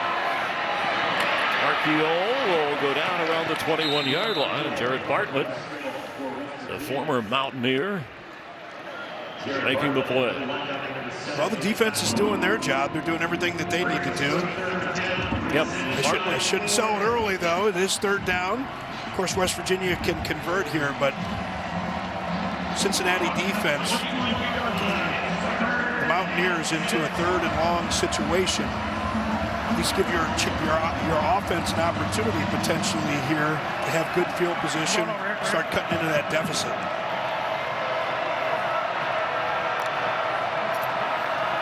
Marchiol airing it out deep down the sideline and caught. Justin Robinson. Man, he is dropping some dimes today. What a throw. And Armani Arnold, pretty good position here, but that is just perfect placement. As they say, there's no defense against a perfectly thrown ball. And Justin Robinson gets enough clearance, but man, Marchiol just drops that perfectly on the outside. Really no chance for Arnold at all to make a play on it. A 50-yard completion. His season long is 54, but he's had a couple of big gainers down that sideline. White will be brought down around the 26-yard line. I don't know that if Cincinnati was as prepared for some of the deep balls from Nika Marchiol on this offense, but Robinson both has had some big-time catches. Yeah, and if you're West Virginia, you're a West Virginia fan, and you're watching those throws from Nico Marchiol. I know that Garrett Green, they said that he was probably healthy enough to play in this one, but when he's healthy again, do you make the switch back to Garrett Green? I'm not. I'm keeping Nico Marchiol the way that he's playing, both against Arizona a couple weeks ago before the bye and today. And Marchiol has settled in. And he's set to throw again. some room to hold on to that football and head out of bounds inside the 25 of the Bearcats. And all of that is really a part of the maturation process for our quarterback, too, because he had an opportunity to drive that ball probably into some places that a little bit risky, but rather than attempting one of those throws, he hangs on to it and just uses his legs, live to fight another play. And that's what the offensive coordinator, Chad Scott, told us. We're so impressed by the way that he went on the road against Arizona. His decision-making, so important for a quarterback. So look at Garrett Green, who's looking on. Does he look nervous? Not yet. He was helping out Mark Hill earlier. Maybe not so much after this as he flips one for the end zone. And wow, that bounce for an interception. Logan Wilson hauls that in, and there's a takeaway for the Bearcats. Did he get that left foot in? Because if he does, this is just absolutely incredible. Looks like there's a flag. It might be. Oh, wow. We're going to see what this flag is. Yeah, it's at the 16-yard line, but that ball, it fluttered around. It was tough to track into that corner of the end zone, but not for him to come up with the pick. Let's see if it stands.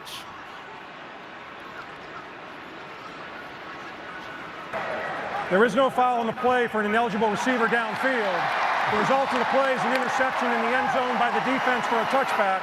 First down, Cincinnati. Yeah, what do you expect from a Dallas kid, Logan Wilson, able to catch the ball this way? Yeah. Get the Bearcats back. All right, his first interception of the season. It turned West Virginia the game around for the Mountaineers. Can this defensive play do it for Cincinnati? Never deflected. It just kind of fluttered out of Mark Hill's hands, but he did a job of bringing him that right arm. I love this. This is just absolute textbook. Rodney Gallagher, the receiver, and this is what you call the peak zone for Logan Wilson because he's in perfect position there, able to get his eyes back and get that handout to make the interception. Evan Pryor wide open. Down the sideline he goes on the flip from Sorsby. It's a touchdown for Cincinnati.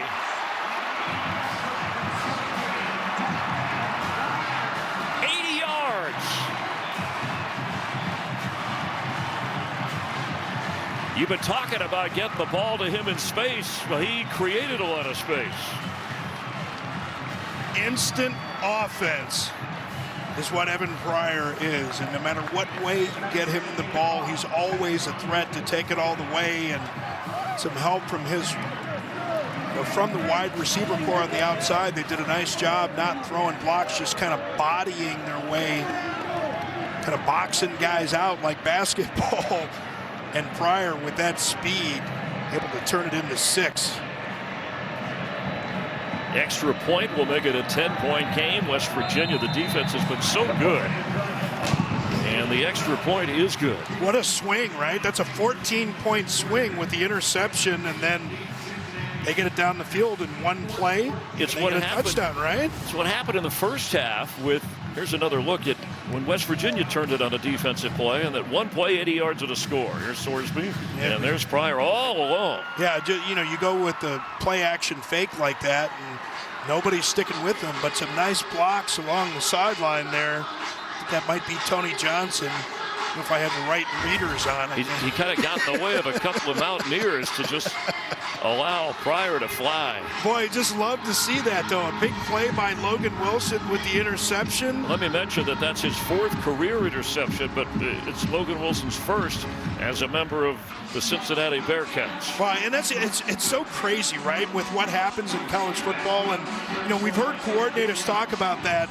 These guys may be experienced, but they may not be experienced together. But what a huge swing and a way for Cincinnati to stay in this game. West Virginia about to go in with what could seem like a knockout punch with a touchdown, potential touchdown to Rodney Gallagher, but Logan Wilson intercepts it, and Pryor turns it into 6. Preston Fox on the kickoff return. And knocked down around the 22. Big 12 football with big plays. The 80-yarder there. We have the 79-yard interception return for the touchdown. When West Virginia made the big defensive play, Anthony Wilson turned that part of the game around for the Mountaineers, and that's what Cincinnati is hoping can happen here, but still trailing by 10, and Marchiol tries to settle his offense down now. Garrett Green's fans and family are like, you're ready to give the job to Nico Marchiol. As soon as you started that, I think we jinxed him a little bit. That's about how announcer jinx, right? Brady was playing. But we didn't jinx Logan Wilson. That was an outstanding interception, and then he's still out there guiding the defense. We got Dante Corleone in there with his big old size 18 shoes. I hope those aren't cement. And it's Shaheen White. It's good to have Corleone back out there. Yeah, they talked about how the medical staff, and you mentioned that blood clot and then spotting it. It was in the off season, but they quickly worked and got him the right test. And so often that happens with these athletes where the medical staff spots something and helps that otherwise might go unnoticed until it's too late. There's Dante Corleone. And I'll tell you, both of these schools, I know. What are you, a shoe guy? And how do you know about this? It was because he made Bruce Feldman's freak list. Oh, well, I don't think it was just because of the shoes. Okay. Well, that's good. It's his 10-yard shuttle speed and all those things. Okay, good. Our director, Brian Peterman, all over the shoes and the feet. And that's Cole Taylor. Good tackling there. Donovan Thompson for Cincinnati. Yeah, coming to life here and Corleone, excuse me, he's on talk about, the Outland, the Bednarik, Nagurski, a watch list for all of that kind of stuff. And how about, we asked Tyson Veit about him. What's the first word he said? Vibrant, which is not what you're normally going to hear for a guy 6'2", 320 pounds, but a big opportunity here on third down to get off the field for the defense. Mountaineers need 8 to cool this crowd. Marchiol has room if he can get over the right side, and he can't. Cincinnati closes. There he is. Excellent tackle by Corleone. I knew it was you all along. All right, let's stop. The big man, I tell you what. He moved well. He really did. I thought there was a lot more room there. He closed fast. And we're seeing some life from the Cincinnati team on both sides of the ball. Boy, Corleone, not just vibrant, but to talk about the way that he helps the younger guys, really just a complete player, and understands it's about developing the program.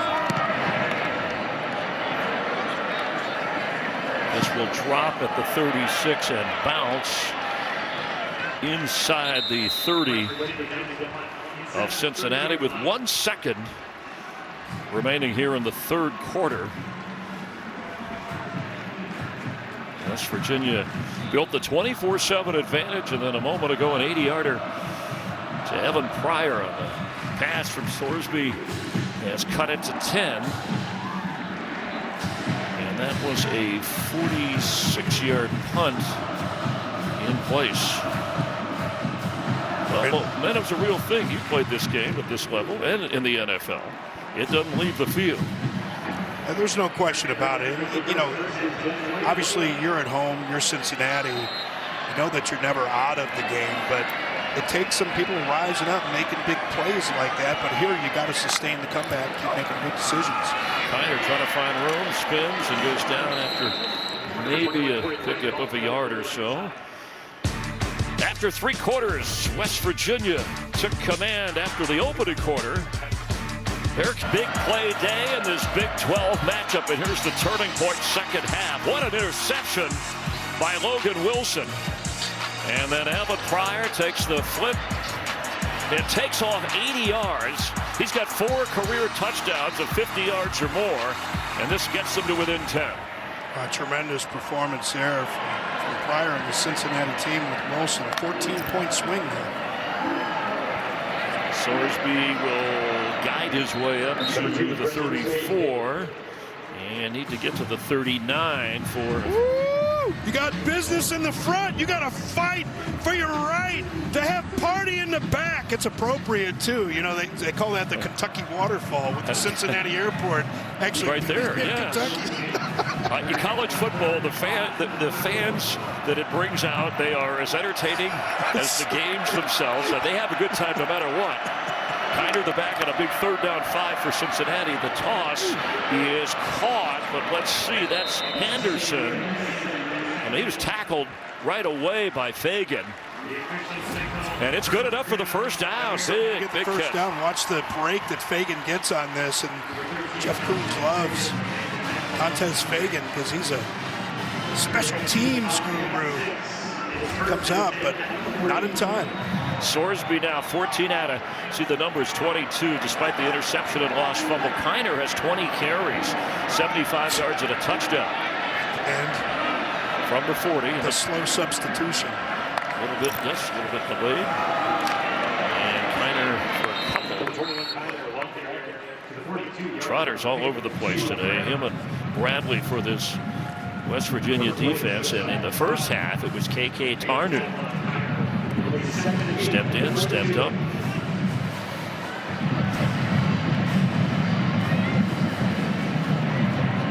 Takeaways by the defense affected this game more than they usually do.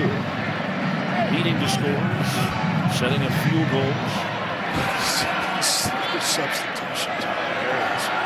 The offense makes the substitution, and the defense gets a player all the way out and then waits for that player to go all the way in. Sorsby's throw, and he held on. Xavier Henderson came in with 43 catches. Hollis there to tackle him right away. When I love the poise in the pocket here from Brendan Sorsby. You can see him scanning the field, going through his progression. He throws an absolute dart to Xavier Henderson. Garnett Hollis, again, good coverage, but can't get in front of that throw. 6 catches for Henderson. And he's up at the top of your screen. Kiner, top of your screen, comes back behind Sorsby. And the fake to him, the pitch coming around and shoved back. That's Pryor. West Virginia ready for that. Yeah, they certainly were. You try and go with a lot of eye candy here. Motion causes emotion, as they say.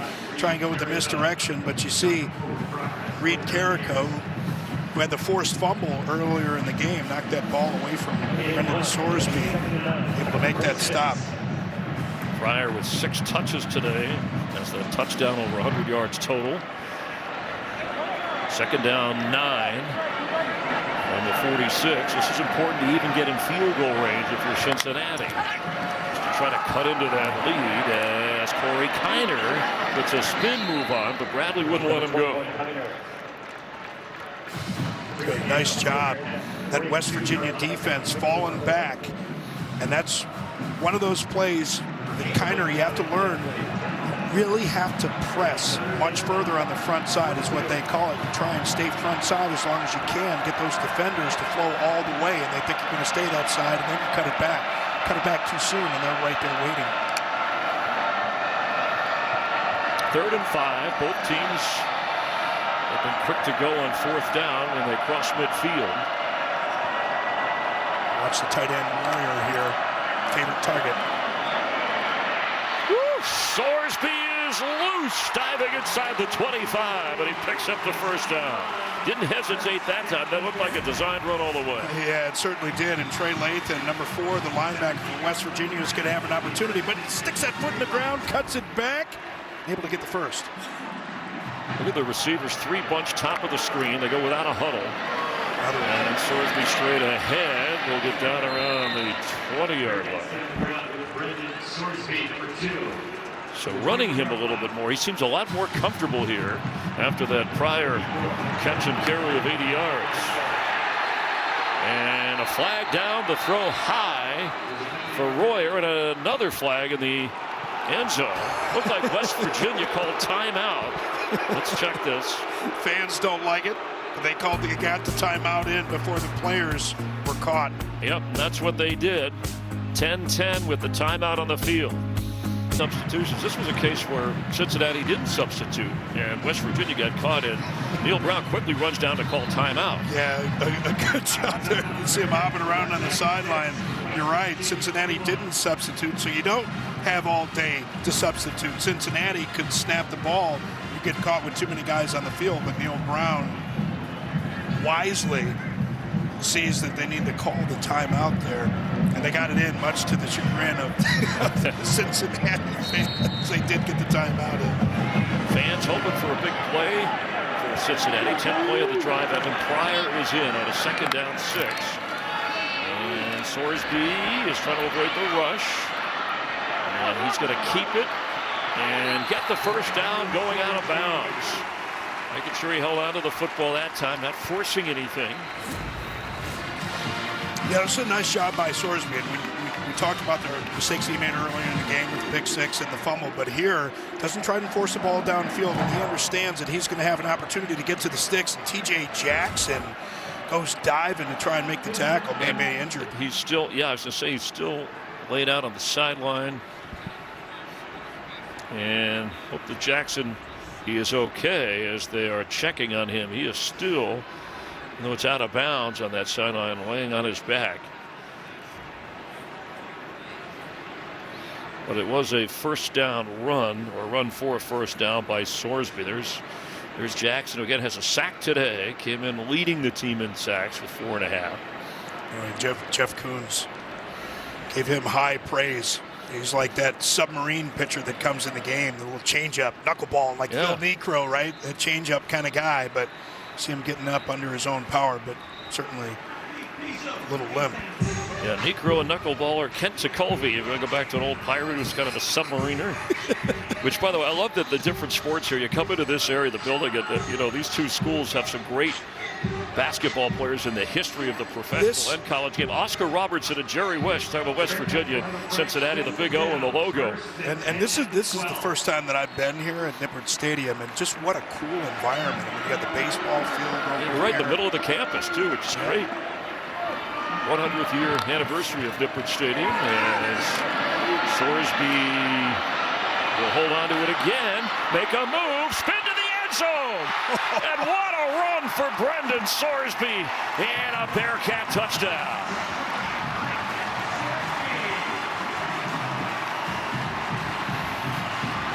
Boy, that wasn't, he didn't just take off and go. He kind of maneuvered his way. Yeah, he runs like a running back, not just the cut to get upfield and get vertical, but watch the little spin move, and he juked Trey Lathan earlier. Well, look at this last one. How many times do you hit that B button? As many times as you need to get to the end zone. His 7th rushing touchdown, and a lot of credit has to be given to the redshirt sophomore for overcoming that first half where he lost a fumble and suffered the interception that was run back for a score. Yeah, you just love to see the way the guys respond to adversity, especially when it's a mistake that they made, and see that extra bit of determination, not just that touchdown run, but better decisions. Nathan Hawks with the extra point. And how about that? What a second half these offenses have come to life. Certainly Cincinnati's has. It's only a 3-point game.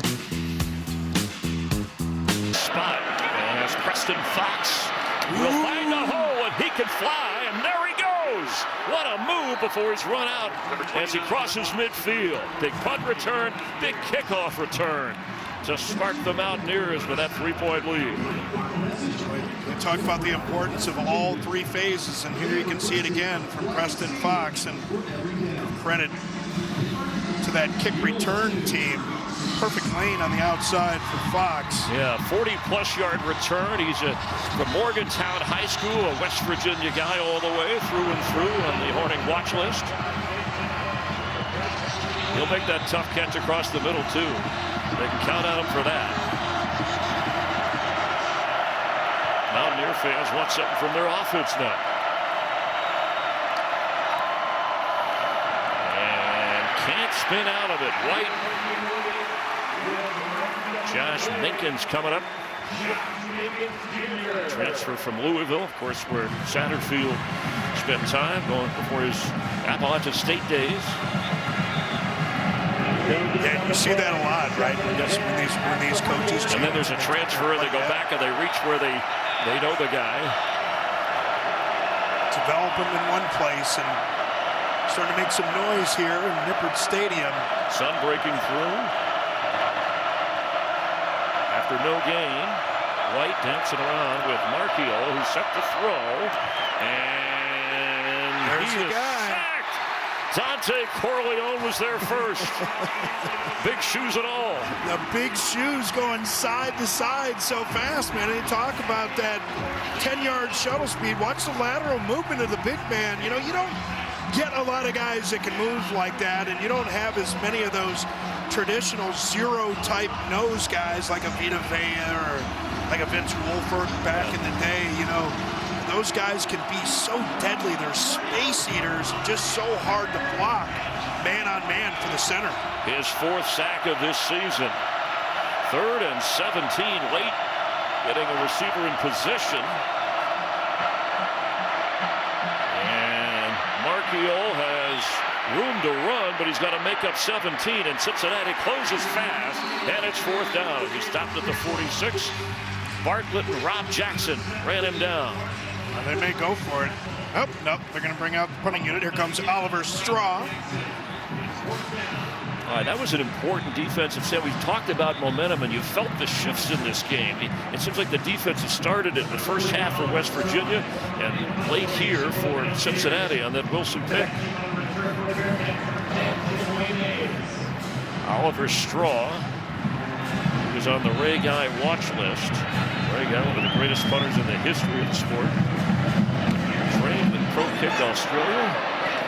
And we'll drop this at the 10 with a bounce. Let that one take another bounce. Look at them. They're like, no, you don't catch it there. Well, you're not so sure it's going to go into the end zone. Either way, the defense of Cincinnati gets the ball back for its offense. Briefly, in your playing career, and you've been on the punt team, and you said either fair, can't let it go. Yeah, no, well, I mean, he's got to let that thing bounce again, and you can see Austin Brinkman, the fresh prince from Bel Air, Maryland, saying, "Oh, come on, man, you got to let that thing bounce. That could have pinned them all the way back near the 1." First down, Corey Kiner. That's a good first down run. Up to the 14. And he said in our meetings, what I knew that I needed to work on was finishing runs. Watch him finish this run right here. Gets the cutback, but then lowers the shoulder into Anthony Wilson. Yeah, Wilson, who had the interception return. Yeah, he had the interception return. Big stop on the 4th down earlier in the game, but Kiner got the best of that one. Sorsby, a career-high rushing of 68 yards. The touchdown a moment ago on 11 carries. And you see his passing numbers. As Kiner, Trotter gets to him. I was trying to see if he got to that first down marker, and he's not quite there. So 3rd and a yard here. It's a big moment for Trotter in this Mountaineer defense. And we've seen Sorsby use his legs to great effect. And see Royer, the big tight end, dual threat in the backfield as well. Kiner straight ahead and got it. Looks like that offensive line did the job for him. Just enough to move the sticks. We haven't seen, have we seen the official signal? We have, they're moving the chains, even though the Mountaineers thought otherwise. Yeah, imagine that. You can tell the official on the far side coming in beyond that first down marker. Boy, that'd be fun, huh? To let players officiate the game themselves. Yeah, I've never seen a player like point to, no, it's their ball. Yeah, or it was me. I'm the one, all heck would break loose. Pryor checks in, big play Pryor, and the 80-yarder. That's Tony Johnson moving around. And Sorsby to Xavier Henderson. So they got the West Virginia defense eyes on everybody else except Henderson, who's been the go-to guy for much of the season for Sorsby. Sorsby, nice anticipation on that throw. Trotter not able to get over fast enough. 7th catch of the game for Henderson. Sorsby in trouble here. Dives across the 25. Fatarma Malba wouldn't let him go. And he's short, just short of the line to gain. You're right, Mulder. Reach those big hands out. You talk about his violent hands. He's a dangerous player on the inside. Not quite as big as our man Corleone. He's had one heck of a season. Well, Yeah. who is, right? Right, that's right. Who is? And he's the Mulder transfer from Penn State, had the 8-tackle game against Iowa State. T.J. Jackson, by the way, has come in back in the game for West Virginia. And the defensive line, Pryor in at running back. And straight ahead, Pryor carries. Trotter tackles him, but that's good enough for a first down. Boy, now when they couldn't get the running game going in that second quarter, they're grinding it out here.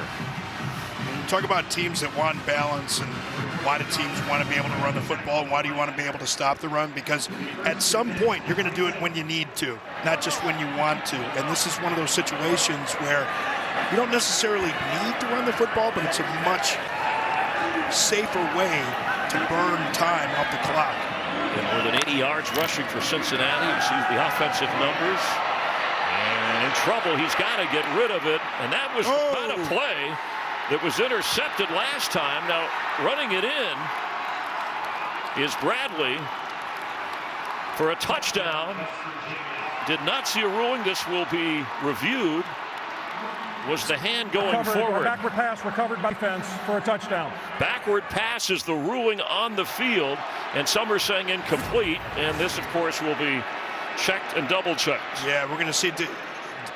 Does this go forward? Does he have control of the ball when he loses it? I think is going to be important here as well. As that arm starts coming forward, does he have control of the football? That thing definitely looks like it's going backwards. That looks like a fumble to me. And remember, a lateral would be a fumble, but I know we have a rules expert named Dean Blandino. It was knows better than I do. It was back, but was it the open hand on the pass? They're looking. We'll get clarification. And if he does, even if it's a pass, it's a lateral, and if he loses control, because it's backward. Well, or at least. Well, but if he loses control of it, that's a fumble, that right? Doesn't matter. So, so either way. they would have so they would have the ball. It certainly did look like it was. The ruling in the field of a backward pass return for a touchdown is under further review. We thought that it would be, but it certainly will. Have Dean Blandino take a look to clarify what you talked about at the 3.5-minute mark. And whoa, that would be major, because that's the same type of play that he lost the ball on with the interception that was run back. Let's bring in Dean Blandino, our rules analyst, watching along with us. Dean, how do you see it? Well, looking at it, the key is the ball ends up going backward. It's where it's released from, which was just about the 16 to where it first touches. That was closer to the 15. So fumble or pass, it's still a live ball, and it's going to be a touchdown for West Virginia. Replay has reviewed the play and confirmed that it is a backward pass recovered by the defense and advanced for a touchdown. All right, thank you, Dean. So there's no question about the pass as opposed to a fumble, but because it was backwards, is Tyron Bradley Jr., who takes it in for the touchdown. And another, that's the third Cincinnati mistake, but two of them were direct touchdowns for West Virginia. Yeah, and I know that Cincinnati fans are going to be upset with that one, but, you heard Dean say it, and we had mentioned even if that was a pass or if he didn't have control of the ball when the arm was moving forward, then it's a fumble. Either way, it's touchdown West Virginia. And they reviewed it, confirmed it. It stands as it was ruled on the field, and the extra point. It's back to a 10-point game, but if you're Brendan Sorsby, Sorsby has to be more careful there. There was a lesson in the first half. He had bounced back from that. That's what I say. Head checker, throw it away, right, if you're him. Yeah, again, easy to say when we're up, easy to say when we're up here in the press box, and those are just the kind of live situations that separate good from great quarterbacks, right? And you played the game, but it wasn't a desperation play. The drive was moving. It's not like you need something no matter what.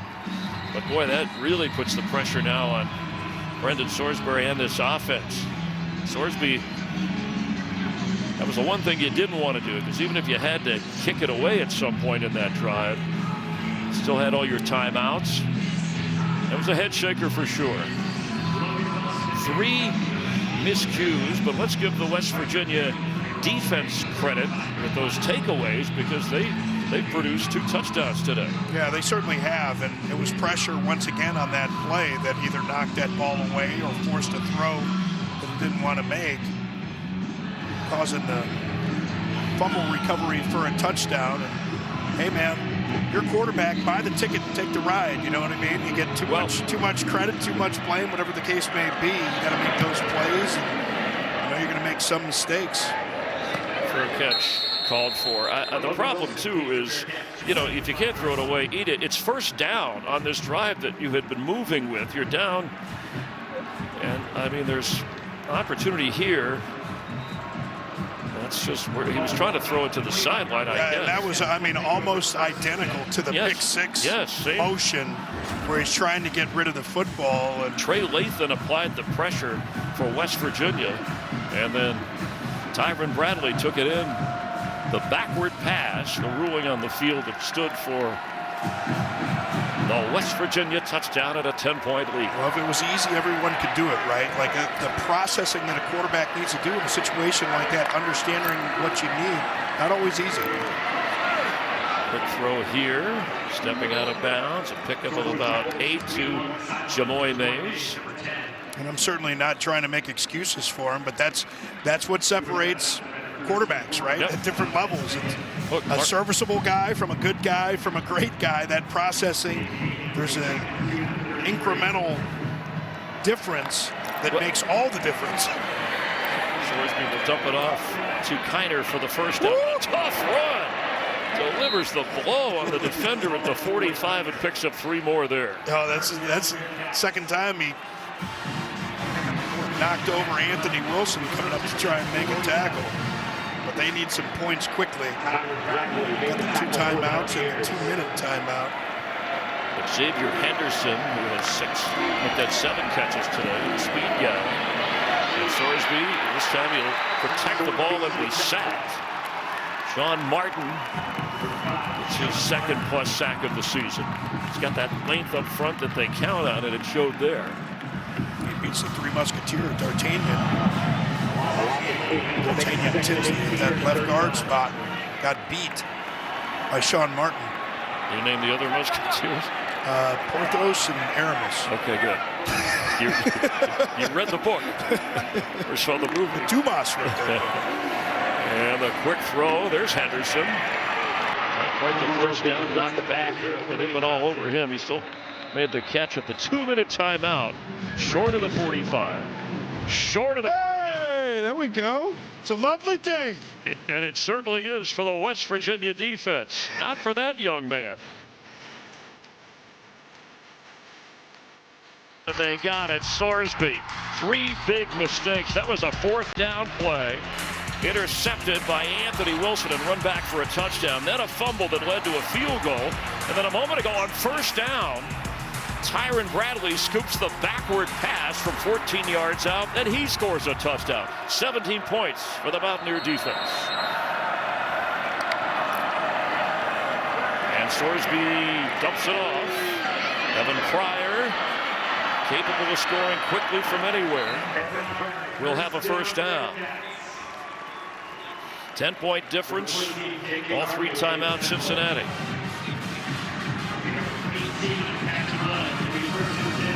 Gotta hurry up here. 18-yard pickup. Sorsby across the middle. And that's Joe Royer inside the 30. Sure. Tick, tick, tick, tick, tick. Touchdown and a onside kick recovery. Sideline throw, taking the ball out of bounds, is Royer again and got the 1st down. Good looking drive here by Sorsby. T.J. Jackson, who left injured before, came back to return, is hurt again.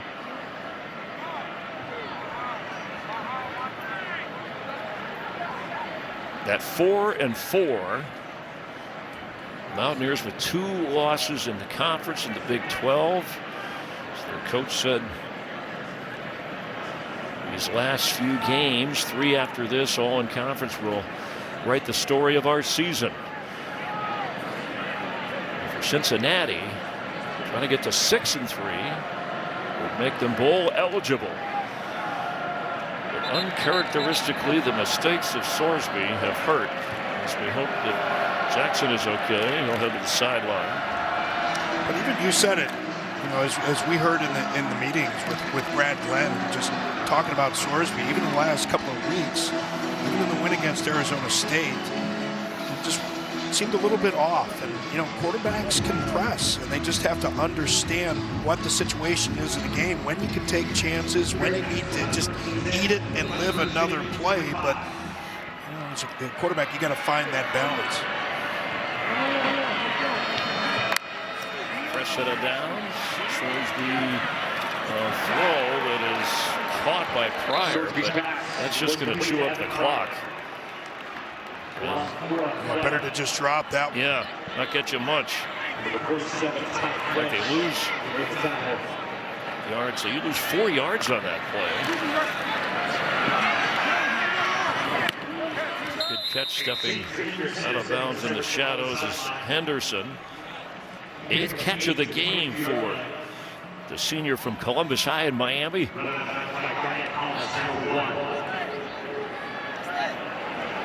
And this is the situation. Brad Glenn, offensive coordinator. Of course, Scott Satterfield is the play caller. With the new defensive coordinator, Jeff Coons, they talked about where you would see the differences.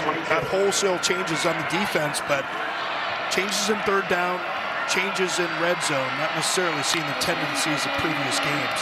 Sorsby's quick throw. He's getting the ball out quickly, and that is a good completion. And a 1st and goal as Tony Johnson takes it down. He wants his Mountaineer defenders off his back to hustle here. Defensive players, they take their time on the substitution and clearing piles. From the 6, there's a flag, and it's against Cincinnati.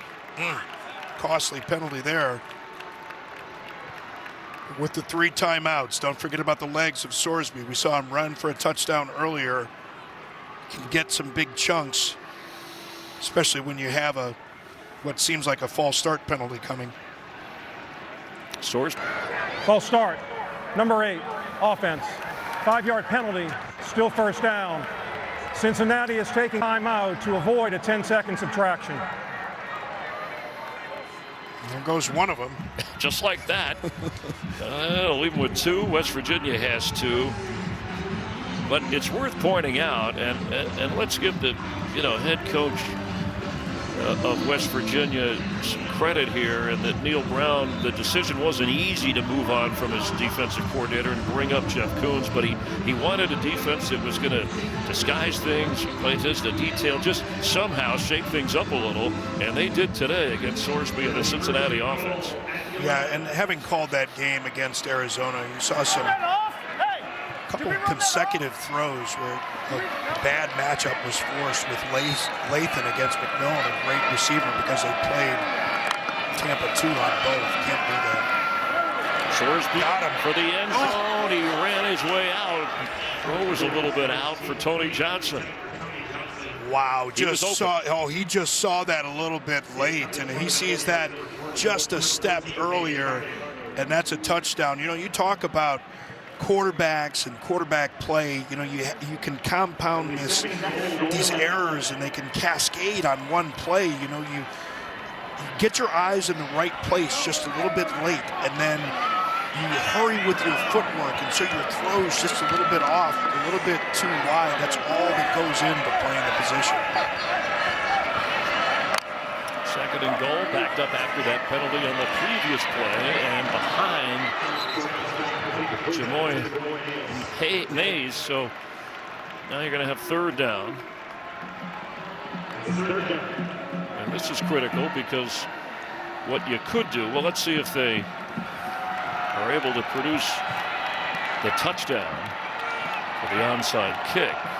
Because if you're way back on 4th, you can try a field goal and then an onside kick. You need 10 to force overtime here if you're the Bearcats. Watch Big Joe Royer to the left.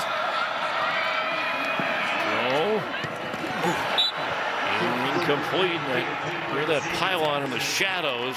Henderson was the target. well covered, and he's reminding us all who was doing the coverage, Garnett Hollis. So they are going to kick the field goal here, which they'll figure that's an automatic 3, and then try for the onside kick, and they'll obviously need the touchdown and extra point. So it'll be a 29-yard try for Nathan Hawks. Now his coach had said, hey, he's okay, he's been okay long range, but some of these shorter ones not as reliable. To keep them with a chance. There you go. And he's got it. They got a chance. So you're saying there's a chance. 7-point difference. And you see 36 seconds remain. 2 timeouts.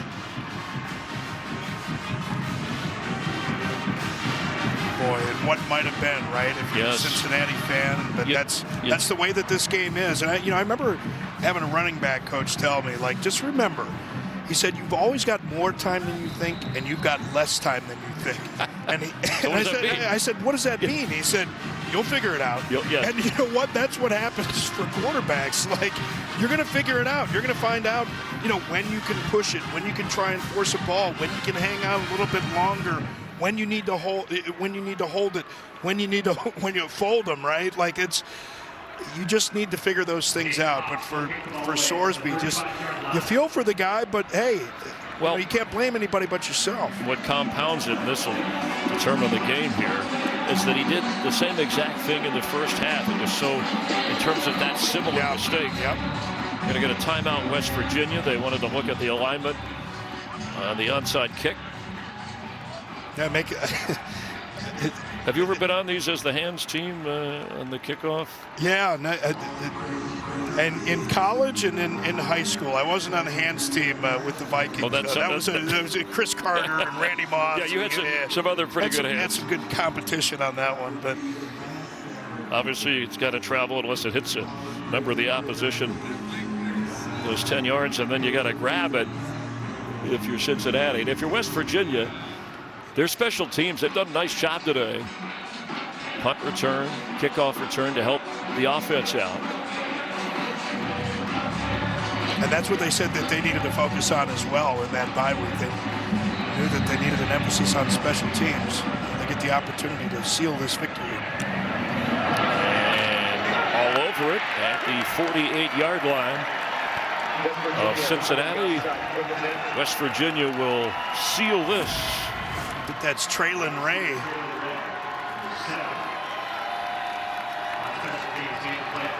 There you go.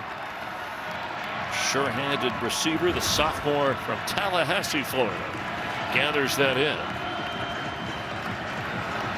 West Virginia hasn't had a 2 defensive touchdown game since going back at least 2001, so it's been a couple of decades and then some. But the defense came up big, and on their way now to 5-4, and they will play Baylor next. Cincinnati, they're at Iowa State. They will fall to 5-4. And that is a 3rd loss in the conference